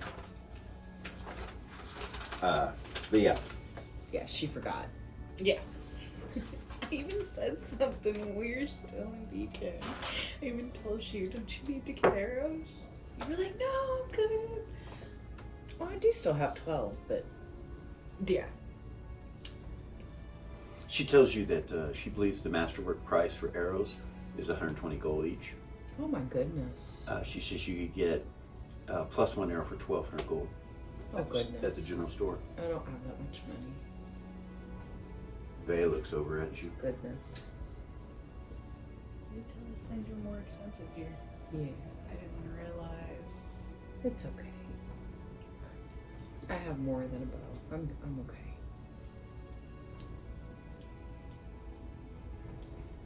Okay, she says. Thank you though. You're welcome. You're welcome. They'd be 120 gold each, so 1,200 gold for 10. It's a lot of money, I realize, but Goodness. wood is very rare up here. Right. You guys hadn't seen trees for the last 10 miles, Right. at least. It's okay. I'll make do. I spent all my money before we got here, so. Yayla's like, I do have. I have 36 arrows, she says. Do you need some? I do. Only I was have the gonna say, 2 that you gave me, and then I have 12. Though if I sold these, I'd make a lot of money, probably. And she looks over at the bartender, and the bartender's like, I don't think he would buy them. They just sell here. They don't really Bye. buy stuff. Mhm. And he's like, oh. So she's like, oh, okay. She comes over and gives you 12 plus 1 arrows. Nice. I was gonna say, I have some money. If you need it, of course. She says, 150,000 gold, that's not bad. Just kidding. That's what you'd owe me if you bought them here. That's what you'd owe them. Yeah. That's insane. I'll get you back when we get home. Don't worry about it, she says. I got them given to me anyway. Okay, so that puts me back up to 24. So you both have 24. Yeah, and I have an empty quiver, so I'll just put them in there. Okay. Half giants just kind of stand there by the fire, you know, the half frost giants just kind of stand there by the fire. Kind of weird and strange that he's working with fire. You're just looking at him like, what's weird, you know? But Yeah, why is he here? Hmm. What's the deal there? It's kind of strange. I'm gonna go sit close and dry off my furs and shit. Yeah, same. Oh. Same. Is Diego they will start, you know, taking all his furs and everything off, and he'll start to take his armor off. Like he hasn't taken it off, and he'll start to take it off. Kind of air out and Right. get some Right. heat. And Catch a fucking bath while we're you here. do the same. Yeah, it's not a bad idea. Not a bad idea at all. You guys are doing that, and you're warming up by the fire and everything, and then he comes over with a tray with some mugs on it. The half giant does, and smiles at you and hands them. I'll say thank you to him in Frost Giant. I'll take it from He him. kind of looks at you and he says, "You're welcome," in Frost Giant. What is it? Smells like chocolate. Oh, hot chocolate, nice. Take a drink. It's hot chocolate, but you taste whiskey in it. Like there's some sort of whiskey in it or something. She giggled. It's good. She took a drink. Nice, it doesn't get us drunk though. Doesn't affect you at all. Nice. Keep you warm. Keep But he gives one to everybody. I'll take a drink. Okay. In a few minutes, you guys are feeling warm. Your equipment start to dry out by the fire and everything. Vay is bouncing still. You see, he's just like this. He's Is he sitting within there. hearing range? If I really know. Yeah, you guys are all together around the fire, and he's just kind of vibrating almost. And You good? yeah, Yeah. yeah. Fuck yeah, I'm good. I feel great. How about you? Yeah. Yeah. So you both feel great, but you're not doing that. Right. We're not. Mm-mm. Mm-mm. It's a side effect. Mm. It's one of those things. Consequences. Dusty, you know, as you guys are warming up everything, you really haven't been paying attention to everything that's going on. You look over in the corner and you see him sitting at a table with a chair, and he's got that book. You see that book, and he's like looking at it. Can I see the cover of it from where I'm at? Yeah, it was that, like a yellow colored book that you saw that he bought from the marketplace. But yeah. There's no words on the front or anything? No. No?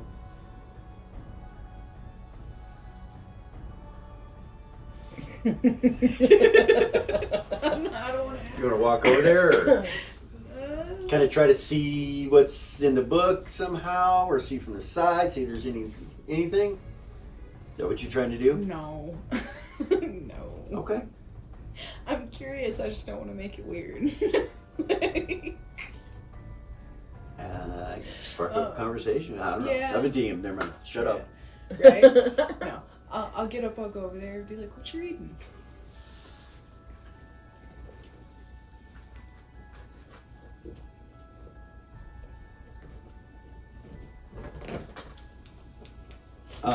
He slams the books. As soon as you start to come towards him and engage him with that, he slams the book. Roll an observation. Yeah. It's two books. It's a book inside of a book, and he slams it inside of the other one. Puts it away. Make a wisdom check, half. Half? Yeah. So under 10. No, just over it, I got 11. You recognize that color on the cover of the book from somewhere, but you don't remember where.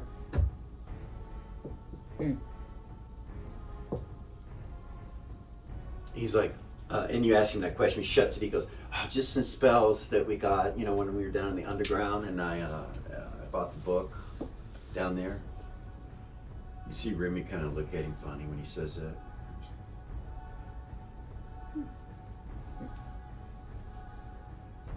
Nice.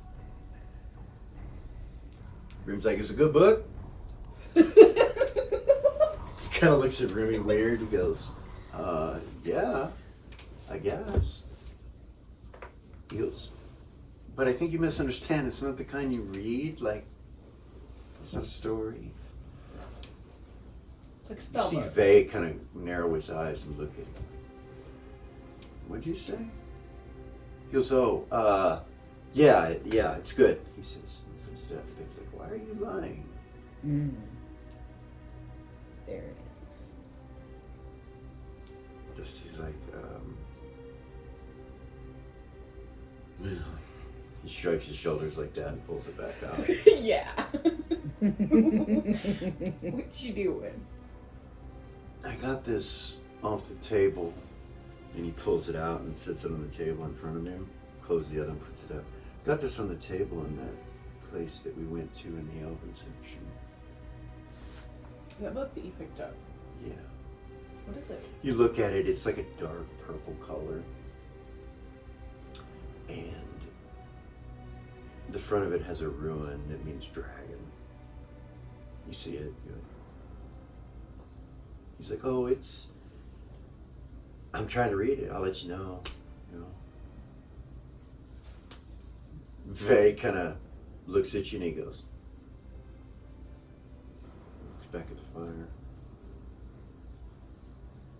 And then you see Dusty realize that Vay could tell he's lying when he lies because of that ring of truth that he has. Mm-hmm. Does both those things, enables him. To tell if somebody's Yeah, lying. and he stops and just kind of looks at you like, I just, it's best you don't know, he says. It's just best you don't know. We all have our things, right? I can respect your privacy. And Vay's like, you mean things like having dragon blood in us somehow? How are you capable of that sort of magic? He just looks at Vay and he goes, That book. that's all you had to say. Yeah. Shit, man. Yeah. You see him grab it and just kind of Yeah, there's something else with that. Start to tuck it away, and then he stops and pulls it back out and looks at you guys, and then leans back and Yeah. goes back to reading it. Whatever. Mm. He kind of pulls his hood up over his eyes and broods in the corner like a, Like they normally would. Yeah. Fucking. Vase seems to be happy and bouncy. Yeah. Even after that, he doesn't really get offended. Like normally, you realize he would have got pretty pissed off at him probably, but he didn't. He just kind of whatever. Whatever. Yeah. Weird. Yeah, Doobie. You can see Doobie standing back, like sitting back, warming up by the fire. And when all that happens, he gets kind of tense. And then when he sees Vay just go back, he's like, "What the fuck?" He doesn't say that, but that's the look on his face. And then he goes back to warming. I'll go sit back down by the fire. Okay. You see Doobie pull out the gem and you recognize it. He's got it and he kind of holds it out to the fire and smiles, and you see a bit of the fire come off and go into the gem and go.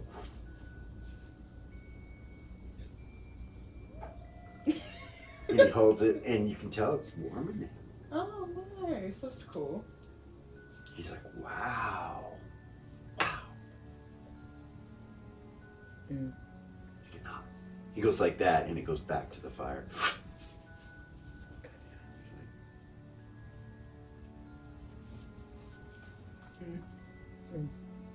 It will help us. Yeah. We need it. More than she did. He just kind of looks down. Ruby's like, so you should have joined the Thieves Guild, man. You a thief, ain't you? Yeah. You see him kind of looking at him. He's like, no. He's like, yeah, he is. Yeah, you are. Shit. No, you are. Lie to me.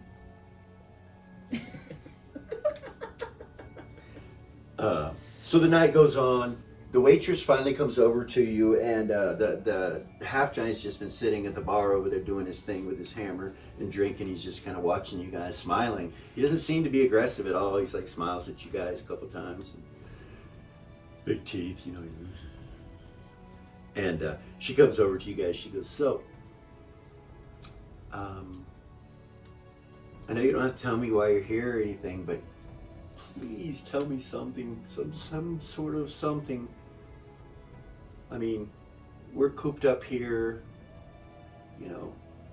it's crazy. I just need something, anything. And she kind of looks around at you all and she goes, do any of you want to have sex?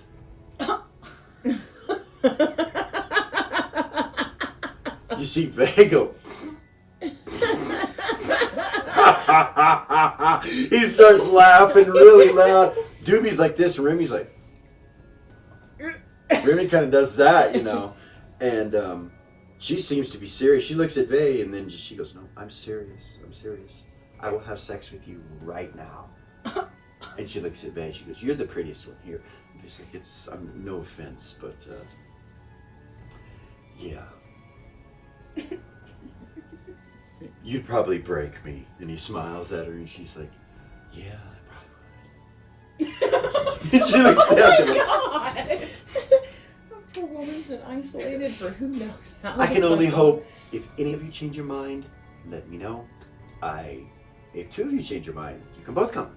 I don't care. Whoever wants some or wants to get some, I am in, I'm in. There, I said it. She turns and walks back over to the bar. She walks back over to the bar and hops over it. And, her comment is about a 19. And she starts washing glasses and stuff, just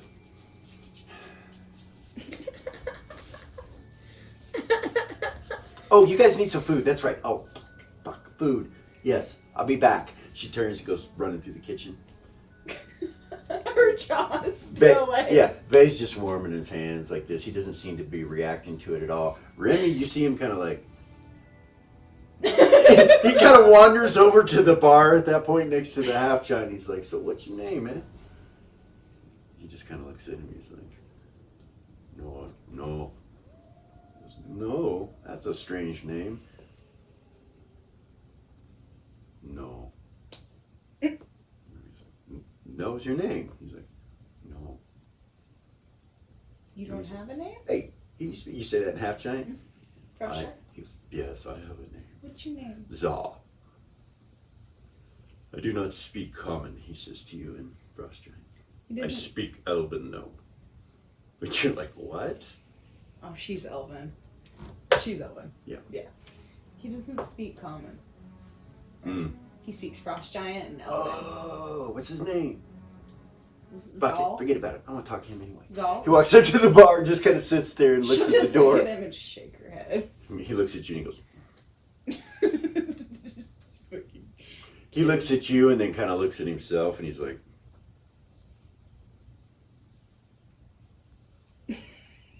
Goodness. you're not sure what he said to you, or maybe you are, but he's yeah, just made me uncomfortable. I'm gonna kind of just kind of shrugs his shoulders, you know. turn around and warm up by the fire. Rimmy's at the bar and he's just kind of, you know, waiting. Waiting for her. Yeah. Yeah. That's awkward. It is. Could have been. Get out of here. Yeah. There's a knock on the door, like a boom, boom, boom, boom. And you see him get up and grab his hammer.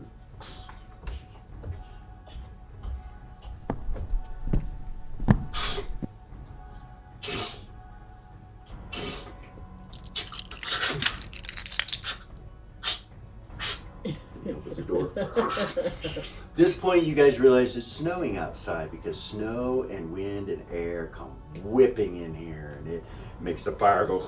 It's cold, ice And we took all our cold. You guys have furs taken off. all your furs off. Now you're really aware of the cold, and it sucks it out of this place when he opens his door. A man in what looks like all white comes in. Cloak, all that. He comes in, shaking snow off and everything, and the half giant closes the door, seals it back up and everything, and he kind of looks up at you guys and nods, and then you just see him start shaking stuff off, takes his cloak off, wrings it out and stuff like that. Look at him with observation. Okay, roll. Yes. See a Verbidine Ranger symbol on his belt, Nice. and he goes to the bar, looks at Remy and nods, and Remy's like, hey. Does he look familiar? He doesn't. You've never seen him before. And when he takes his cloak off, his hair's gray. Solid gray. Okay. And it's really long and braided. Is he Vulcan? Yeah. Feel familiar to me? Mm-hmm. No? Okay. Human? Human Vulcan. Vulcan. Human Sorry. Vulcan Verbidine Ranger. That was a dumb You've question. never seen him before, though, which, you know, the job of the Verbidine Ranger is to go out into the world Yeah. and learn shit and be a part of the world and come back with, you know, things. So you've never seen him before. Okay. He looks over your way, you know, as you guys are staring, and smiles again and nods. The elf comes back out with some food and stuff, and he smiles at her. He's like, ah, did you know I was coming? And she goes, no, I didn't, but I'll be right with you. You see Remy's like, Poor baby. she comes around and brings you guys food. And Remy's still he was at the bar, and when she comes around and ignores him, he just kind of stands up, walks back over to you guys at the fireplace, and she gives him the food. And it's kind of quickly, like she's quickly giving you guys food to you, and Remy's like, so, and she's like, just a minute, you guys need some, let me take care of him real quick. And she puts the tray, stuff off the tray, and then goes back to the bar, starts talking to him. Is DOG in here? Yes, he's sitting at your feet. He stays invisible when you go indoors. He doesn't like to be visible indoors if there's people, Yeah. so he stays invisible. Makes sense. Mm-hmm. Okay. So he talks to her for a little bit, and then she goes back in the back to get more food and stuff, and he kind of casually comes walking over, and as he does, he doesn't make any sound or anything at all. He's like completely silent, and he walks over to you. Like the boards don't even squeak when he steps on them. Goodness. And he walks over to you guys with a pipe in his hand, and he's loading it. It's a long-stemmed white pipe. Everything he has is solid white. blend in with the surroundings up here. Yeah, he comes by the fire. You're not sure if he's coming to you or by the fire. Probably. And he walks past you and goes to the fire, takes out a stick from it, and lights his pipe up. Don't mind me, he says.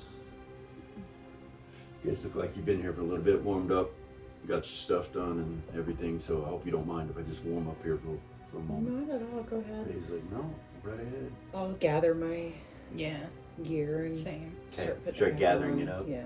Ray kind of looks at you and he's like, he gathers his stuff then when you start doing that.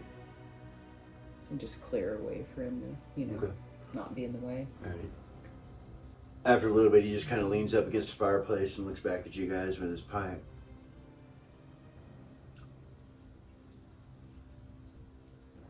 You guys headed north?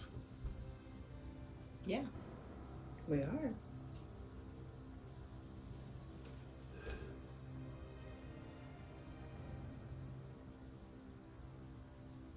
Nice boat. Same.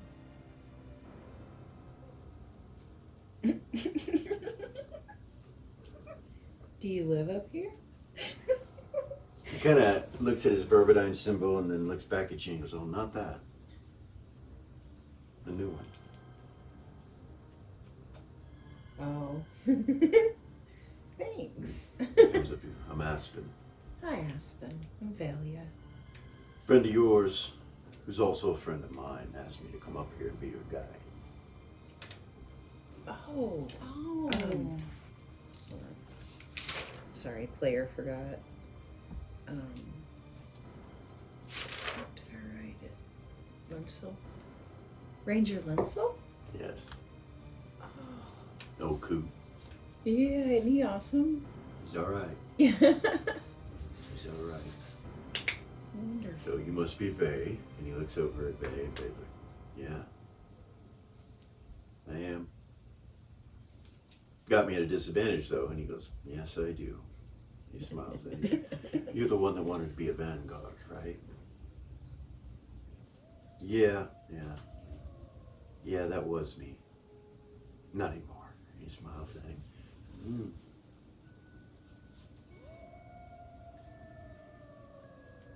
And he stops and then looks at you and he's like,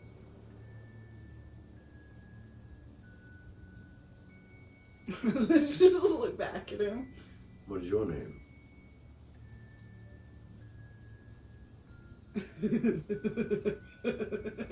He laughs. There's two reasons you don't want to tell me your name, or normally someone doesn't want to tell me their name. Either somebody's looking for him, or I'm looking for him. It's not the latter, love. She's just like a big old sigh. I could care less who you are. I was just trying to be friendly. Name's Ray.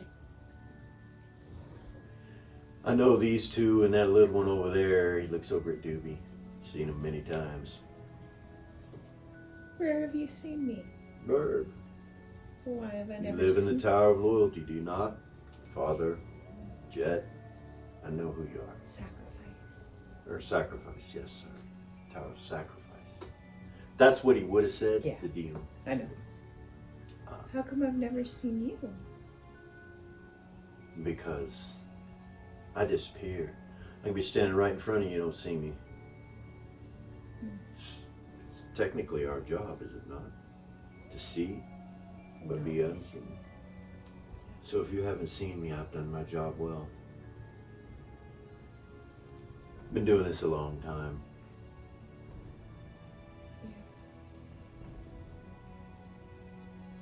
I know that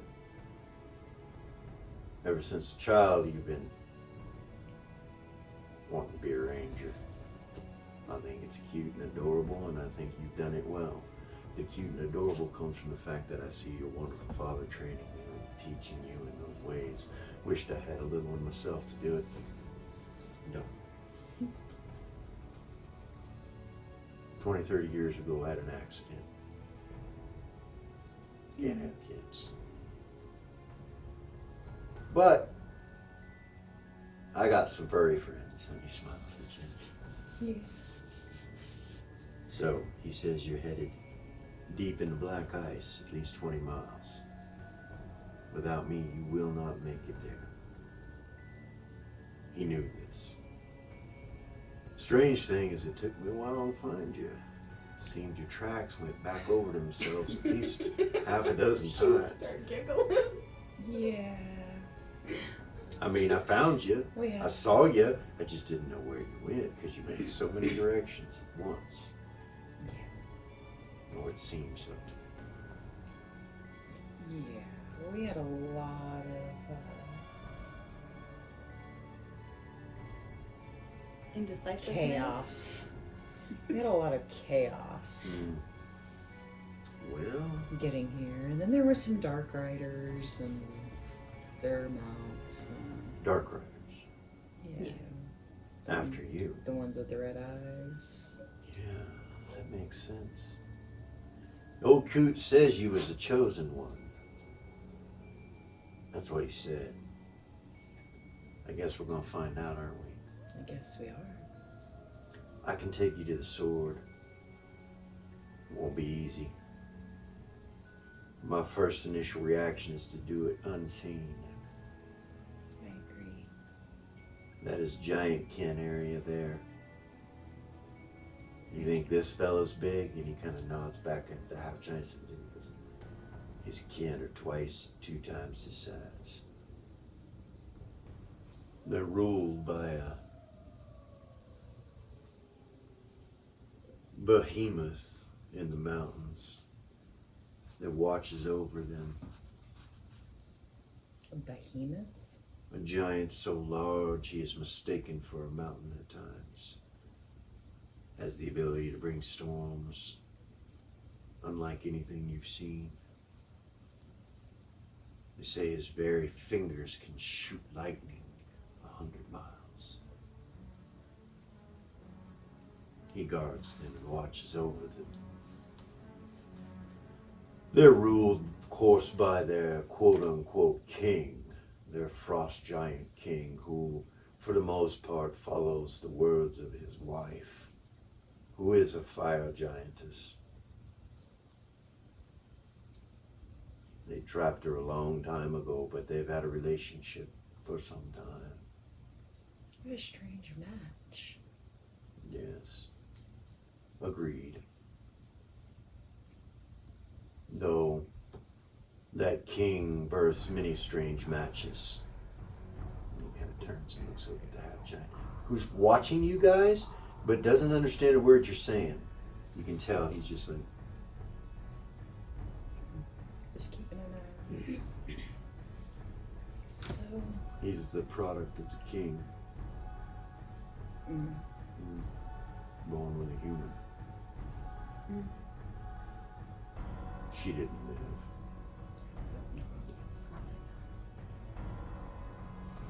They're not kind to us or our people, especially us Riverdine. They will kill us on sight, cook us, eat us.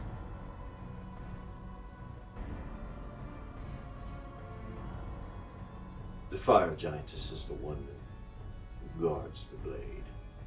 It is in her domain that it resides, within a rock, taken from the black lava itself. The sword was placed in there by your ancestor long ago. Only you can pull it, supposedly.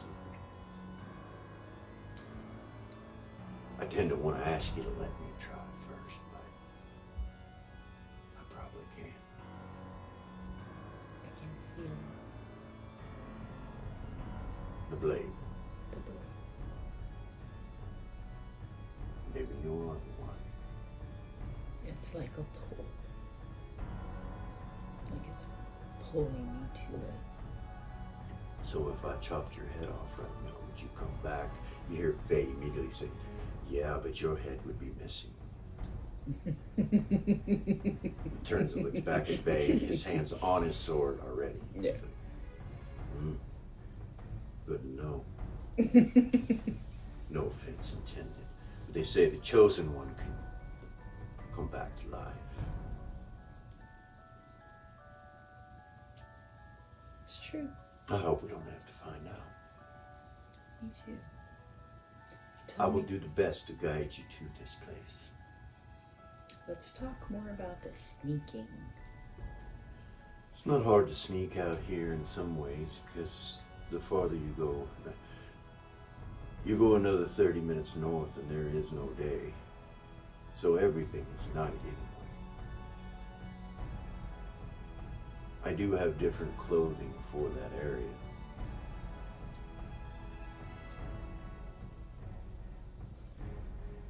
I could probably outfit one of you with something similar, enable you to hide in this black ice.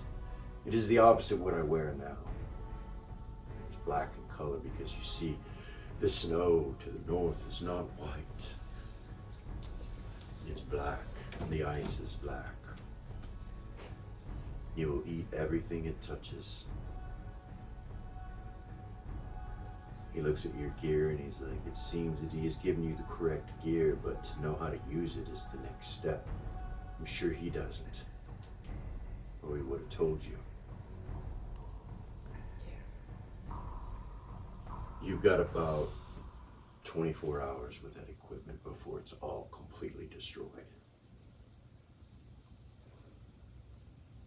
We've got to travel 20 miles. On foot. Well, maybe not. He smiles at you. What do you mean? I'll take care of the transportation. Don't worry about that. But I can only take us so far with that transportation before we'll need to go on foot. And I can't use that transportation for some ways. We have to get outside of the minefield before we can use it. After that, I will get us the rest of the way with the transportation. Should only take maybe a couple hours to reach our destination. Okay. Get some rest if you do that sort of thing. Some food, collect yourselves. Before I go up to my room and bed this beautiful elf, I want you to know that I cannot teach you everything you need to know to survive up there. We'll just have to go, hope that things go right, and you follow my orders when they don't. Otherwise, you will die. Well, maybe not all of you, but most of them. There are creatures out there. Yeah. Let us just hope it's that time of the month. What do you mean? And there are beasts that feed at a certain time, and it seems that tonight is the last night of that feeding. Tomorrow they will not be feeding, which is a good thing. Half men, half wolves. The lichen. They are all over up here. Minions of his, much farther to the north. The old one, the ancient one, the vampire. They are his, or they serve him.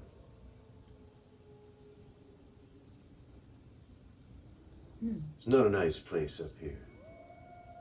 You should be aware that you are walking into some of the gravest danger that is on this planet. To retrieve a sword that will change everything. So the cause is worth it. I wouldn't be going up there if I didn't believe you were the one. Couldn't let it be known that Aspen dropped the ball when it needed to be picked up. So, pats us back out. I'm not going to answer any of your questions. just gonna go get some good loving and sleep. We'll talk in the morning. And he stands up, starts walking by. You see the elf still standing behind the bar. She was like listening and waiting. Rest well. You too. And he smiles and walks off, and she's like bouncing, giggling. She's like, she hops over the thing and goes to the stairs, and then she stops. Oops, walks over and grabs a key and hands it to him. He's like, puts his arm around her, and they go up the stairs. And then you hear, shit, motherfucker! Shit, shit, shit! Oh, whatever. No, that's bullshit. I was gonna give me some elf. Did you see her? She was ready. Well, you shouldn't have hesitated. You hesitated. Ass slapping ready. You hesitated. You hesitated. I didn't hesitate. I didn't have enough time. And then Mr. Whitey over there walks in. Shit. Goes over by the fire, starts warming up. Well. You guys gather your things and you go to sleep in your wonderful rooms that are separated. There's enough beds and everything, but it's not. They're not nice. This place is. Velia's not gonna lay down. I'm not either. There's been a million people through here. Yeah, no. Yeah, Ew. it's kind of like a bus station. You know, it's yeah. Maybe we should go back downstairs and just chill by the fire. Chill by the fire. You want to do that? Yeah, I don't want to. So you guys go up to go to bed. Vay stays there, like at the fire, Yeah. and you guys come back down. He's still there. He's like, "Hey, Hey. Hey, how's the room?" gross. No, A few she minutes was- later, you see Doobie and Remy come down. Dusty never moved from the table. He's Yeah. just sitting there. You're like, "Man, did you see that room?" Did Yayla lay down? Yeah, she would have gone up. She doesn't come down with Doobie and Remy though. Man, it's terrible. It is. This is somewhere warmer. There'd be roaches. Mm. Remy says, Mm. nasty. Needs to be cleaned. Mhm. Like, there for a second I thought it was a bad thing I wasn't able to be with her. Now I'm not so sure. There's some shit up there. I don't know. Mm. I don't know about all this. I think I'll stay down by the fire tonight. Yeah. Doobie's like, yeah, me too. Yeah, Me too. I'll take that night to fill in the rest of the things that have happened in that journal Okay. and draw. All right, go ahead and make your rolls. Drawing, I got it. The writing, I got it. Got them both. So you're Just an adventure journal. yeah, you're putting it together. That's fine. Everybody prays that needs to pray, sleeps, all that shit, rests, hangs out, or whatever. The rest of that night, the frost giant just hangs out at the same seat that he's in. He just stays there all night. He'll go behind the bar every once in a while and grab something to drink or eat, but pretty much just stays right there and doesn't say anything. Just watches you guys and watches the room.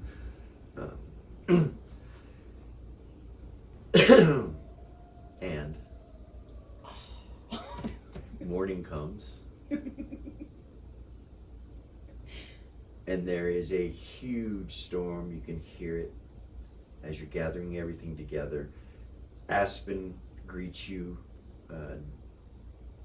down at the bar and tells you guys that we'll be heading out the northeast path for a little bit, and then we'll be climbing the ice and going across the ice, headed north. He says, but I think I know the general area. I know exactly where they're at, but I want to make sure that your map location is the same location that I think it is. So if you have that map, I'd like to take a look at it. I'll pull it out. He looks at it and he says, yep, that's it. You don't need this anymore. And he hands it to you. You got me.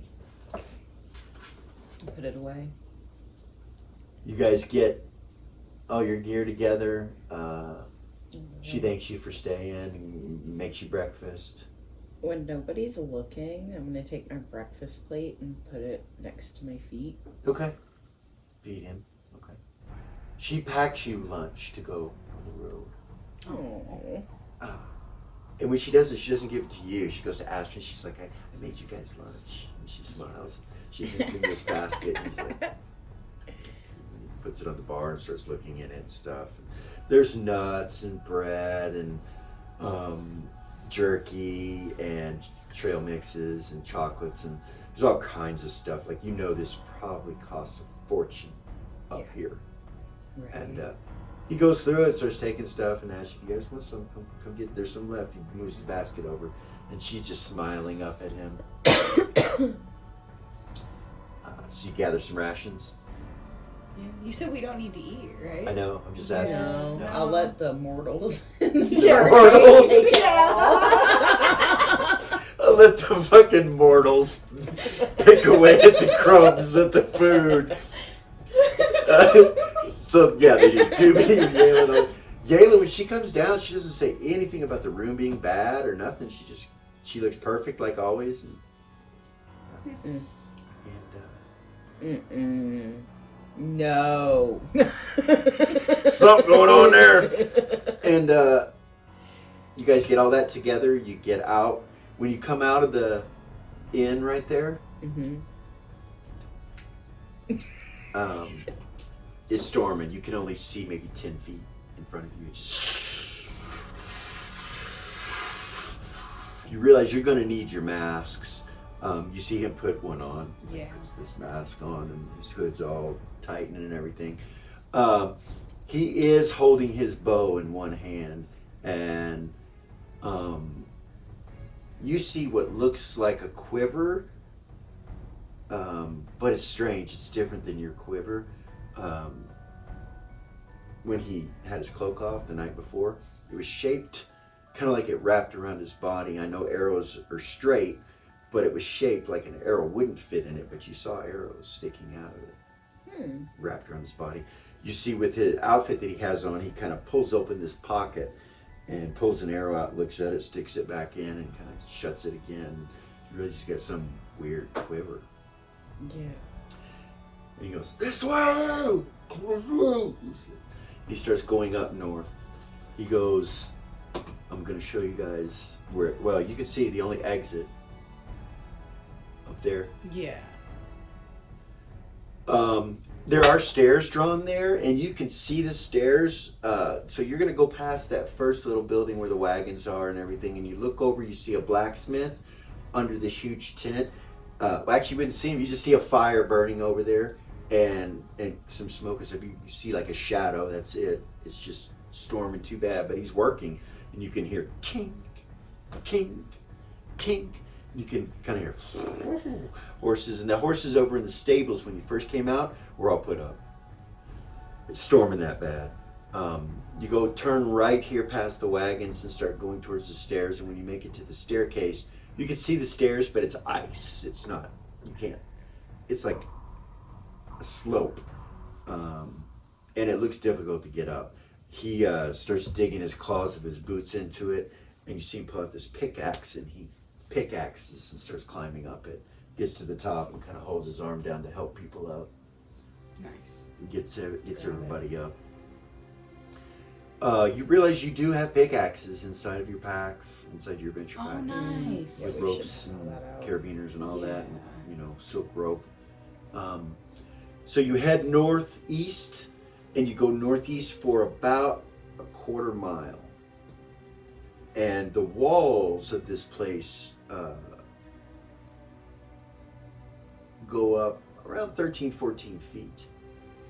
Nice. And it's ice. And he gets to one spot, and you can see it's already set up where people have gone up it with, hooks and carabiners and stuff. And he starts hooking on and going up with the climbing gear, and goes up to 13 feet to the top, and kind of looks over the top and hoists himself up, and then lowers down a rope for you guys. Okay. You gonna climb up? Yep. Yeah. Okay. I need strength checks from everybody.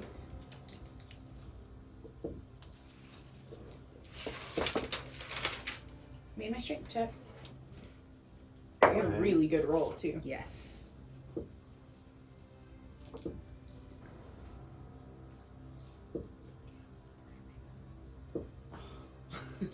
Remy falls. It doesn't hurt him. He's not too high when he falls. He slips and falls. He tries again and does it. Everybody's able to get up. Even Dusty. You see Dusty go up it. Nice. Do I see Dioge's tracks? Dioge just blinks from where he is down there. Yeah, and you do see his tracks. He blinks from where he is down there up where you're at. Just you see Aspen kind of look at him, like look over in that direction. He's like smiles. I love And, that dog.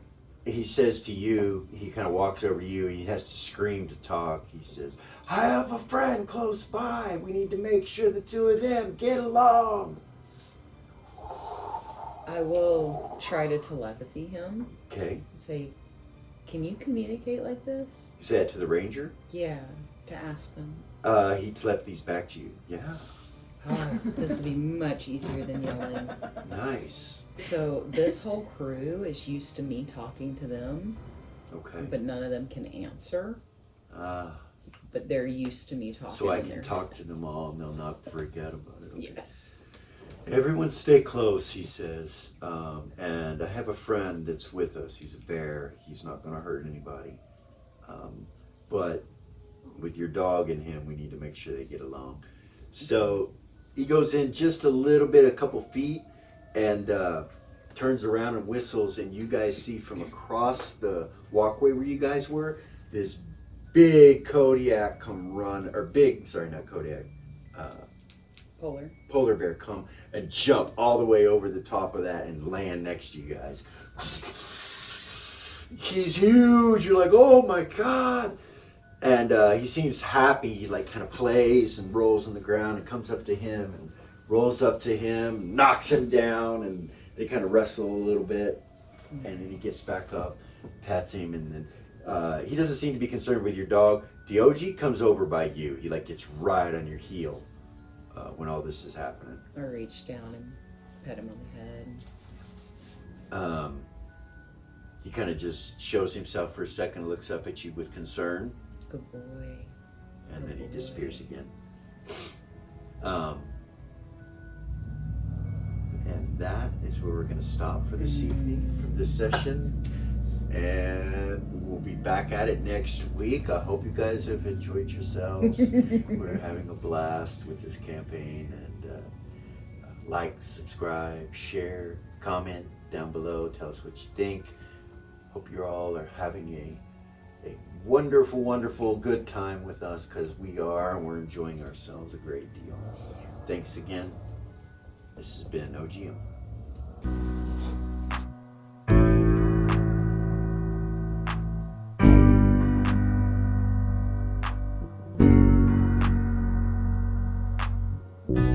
There's a gift inside the old gods granted me, a vision of the way to change reality. In the shadows creeping, get rest your weary head. No time for you to sleep now, or evil it will spread. So gather all your friends and listen to my tale. Adventure story shaping magic and the veil.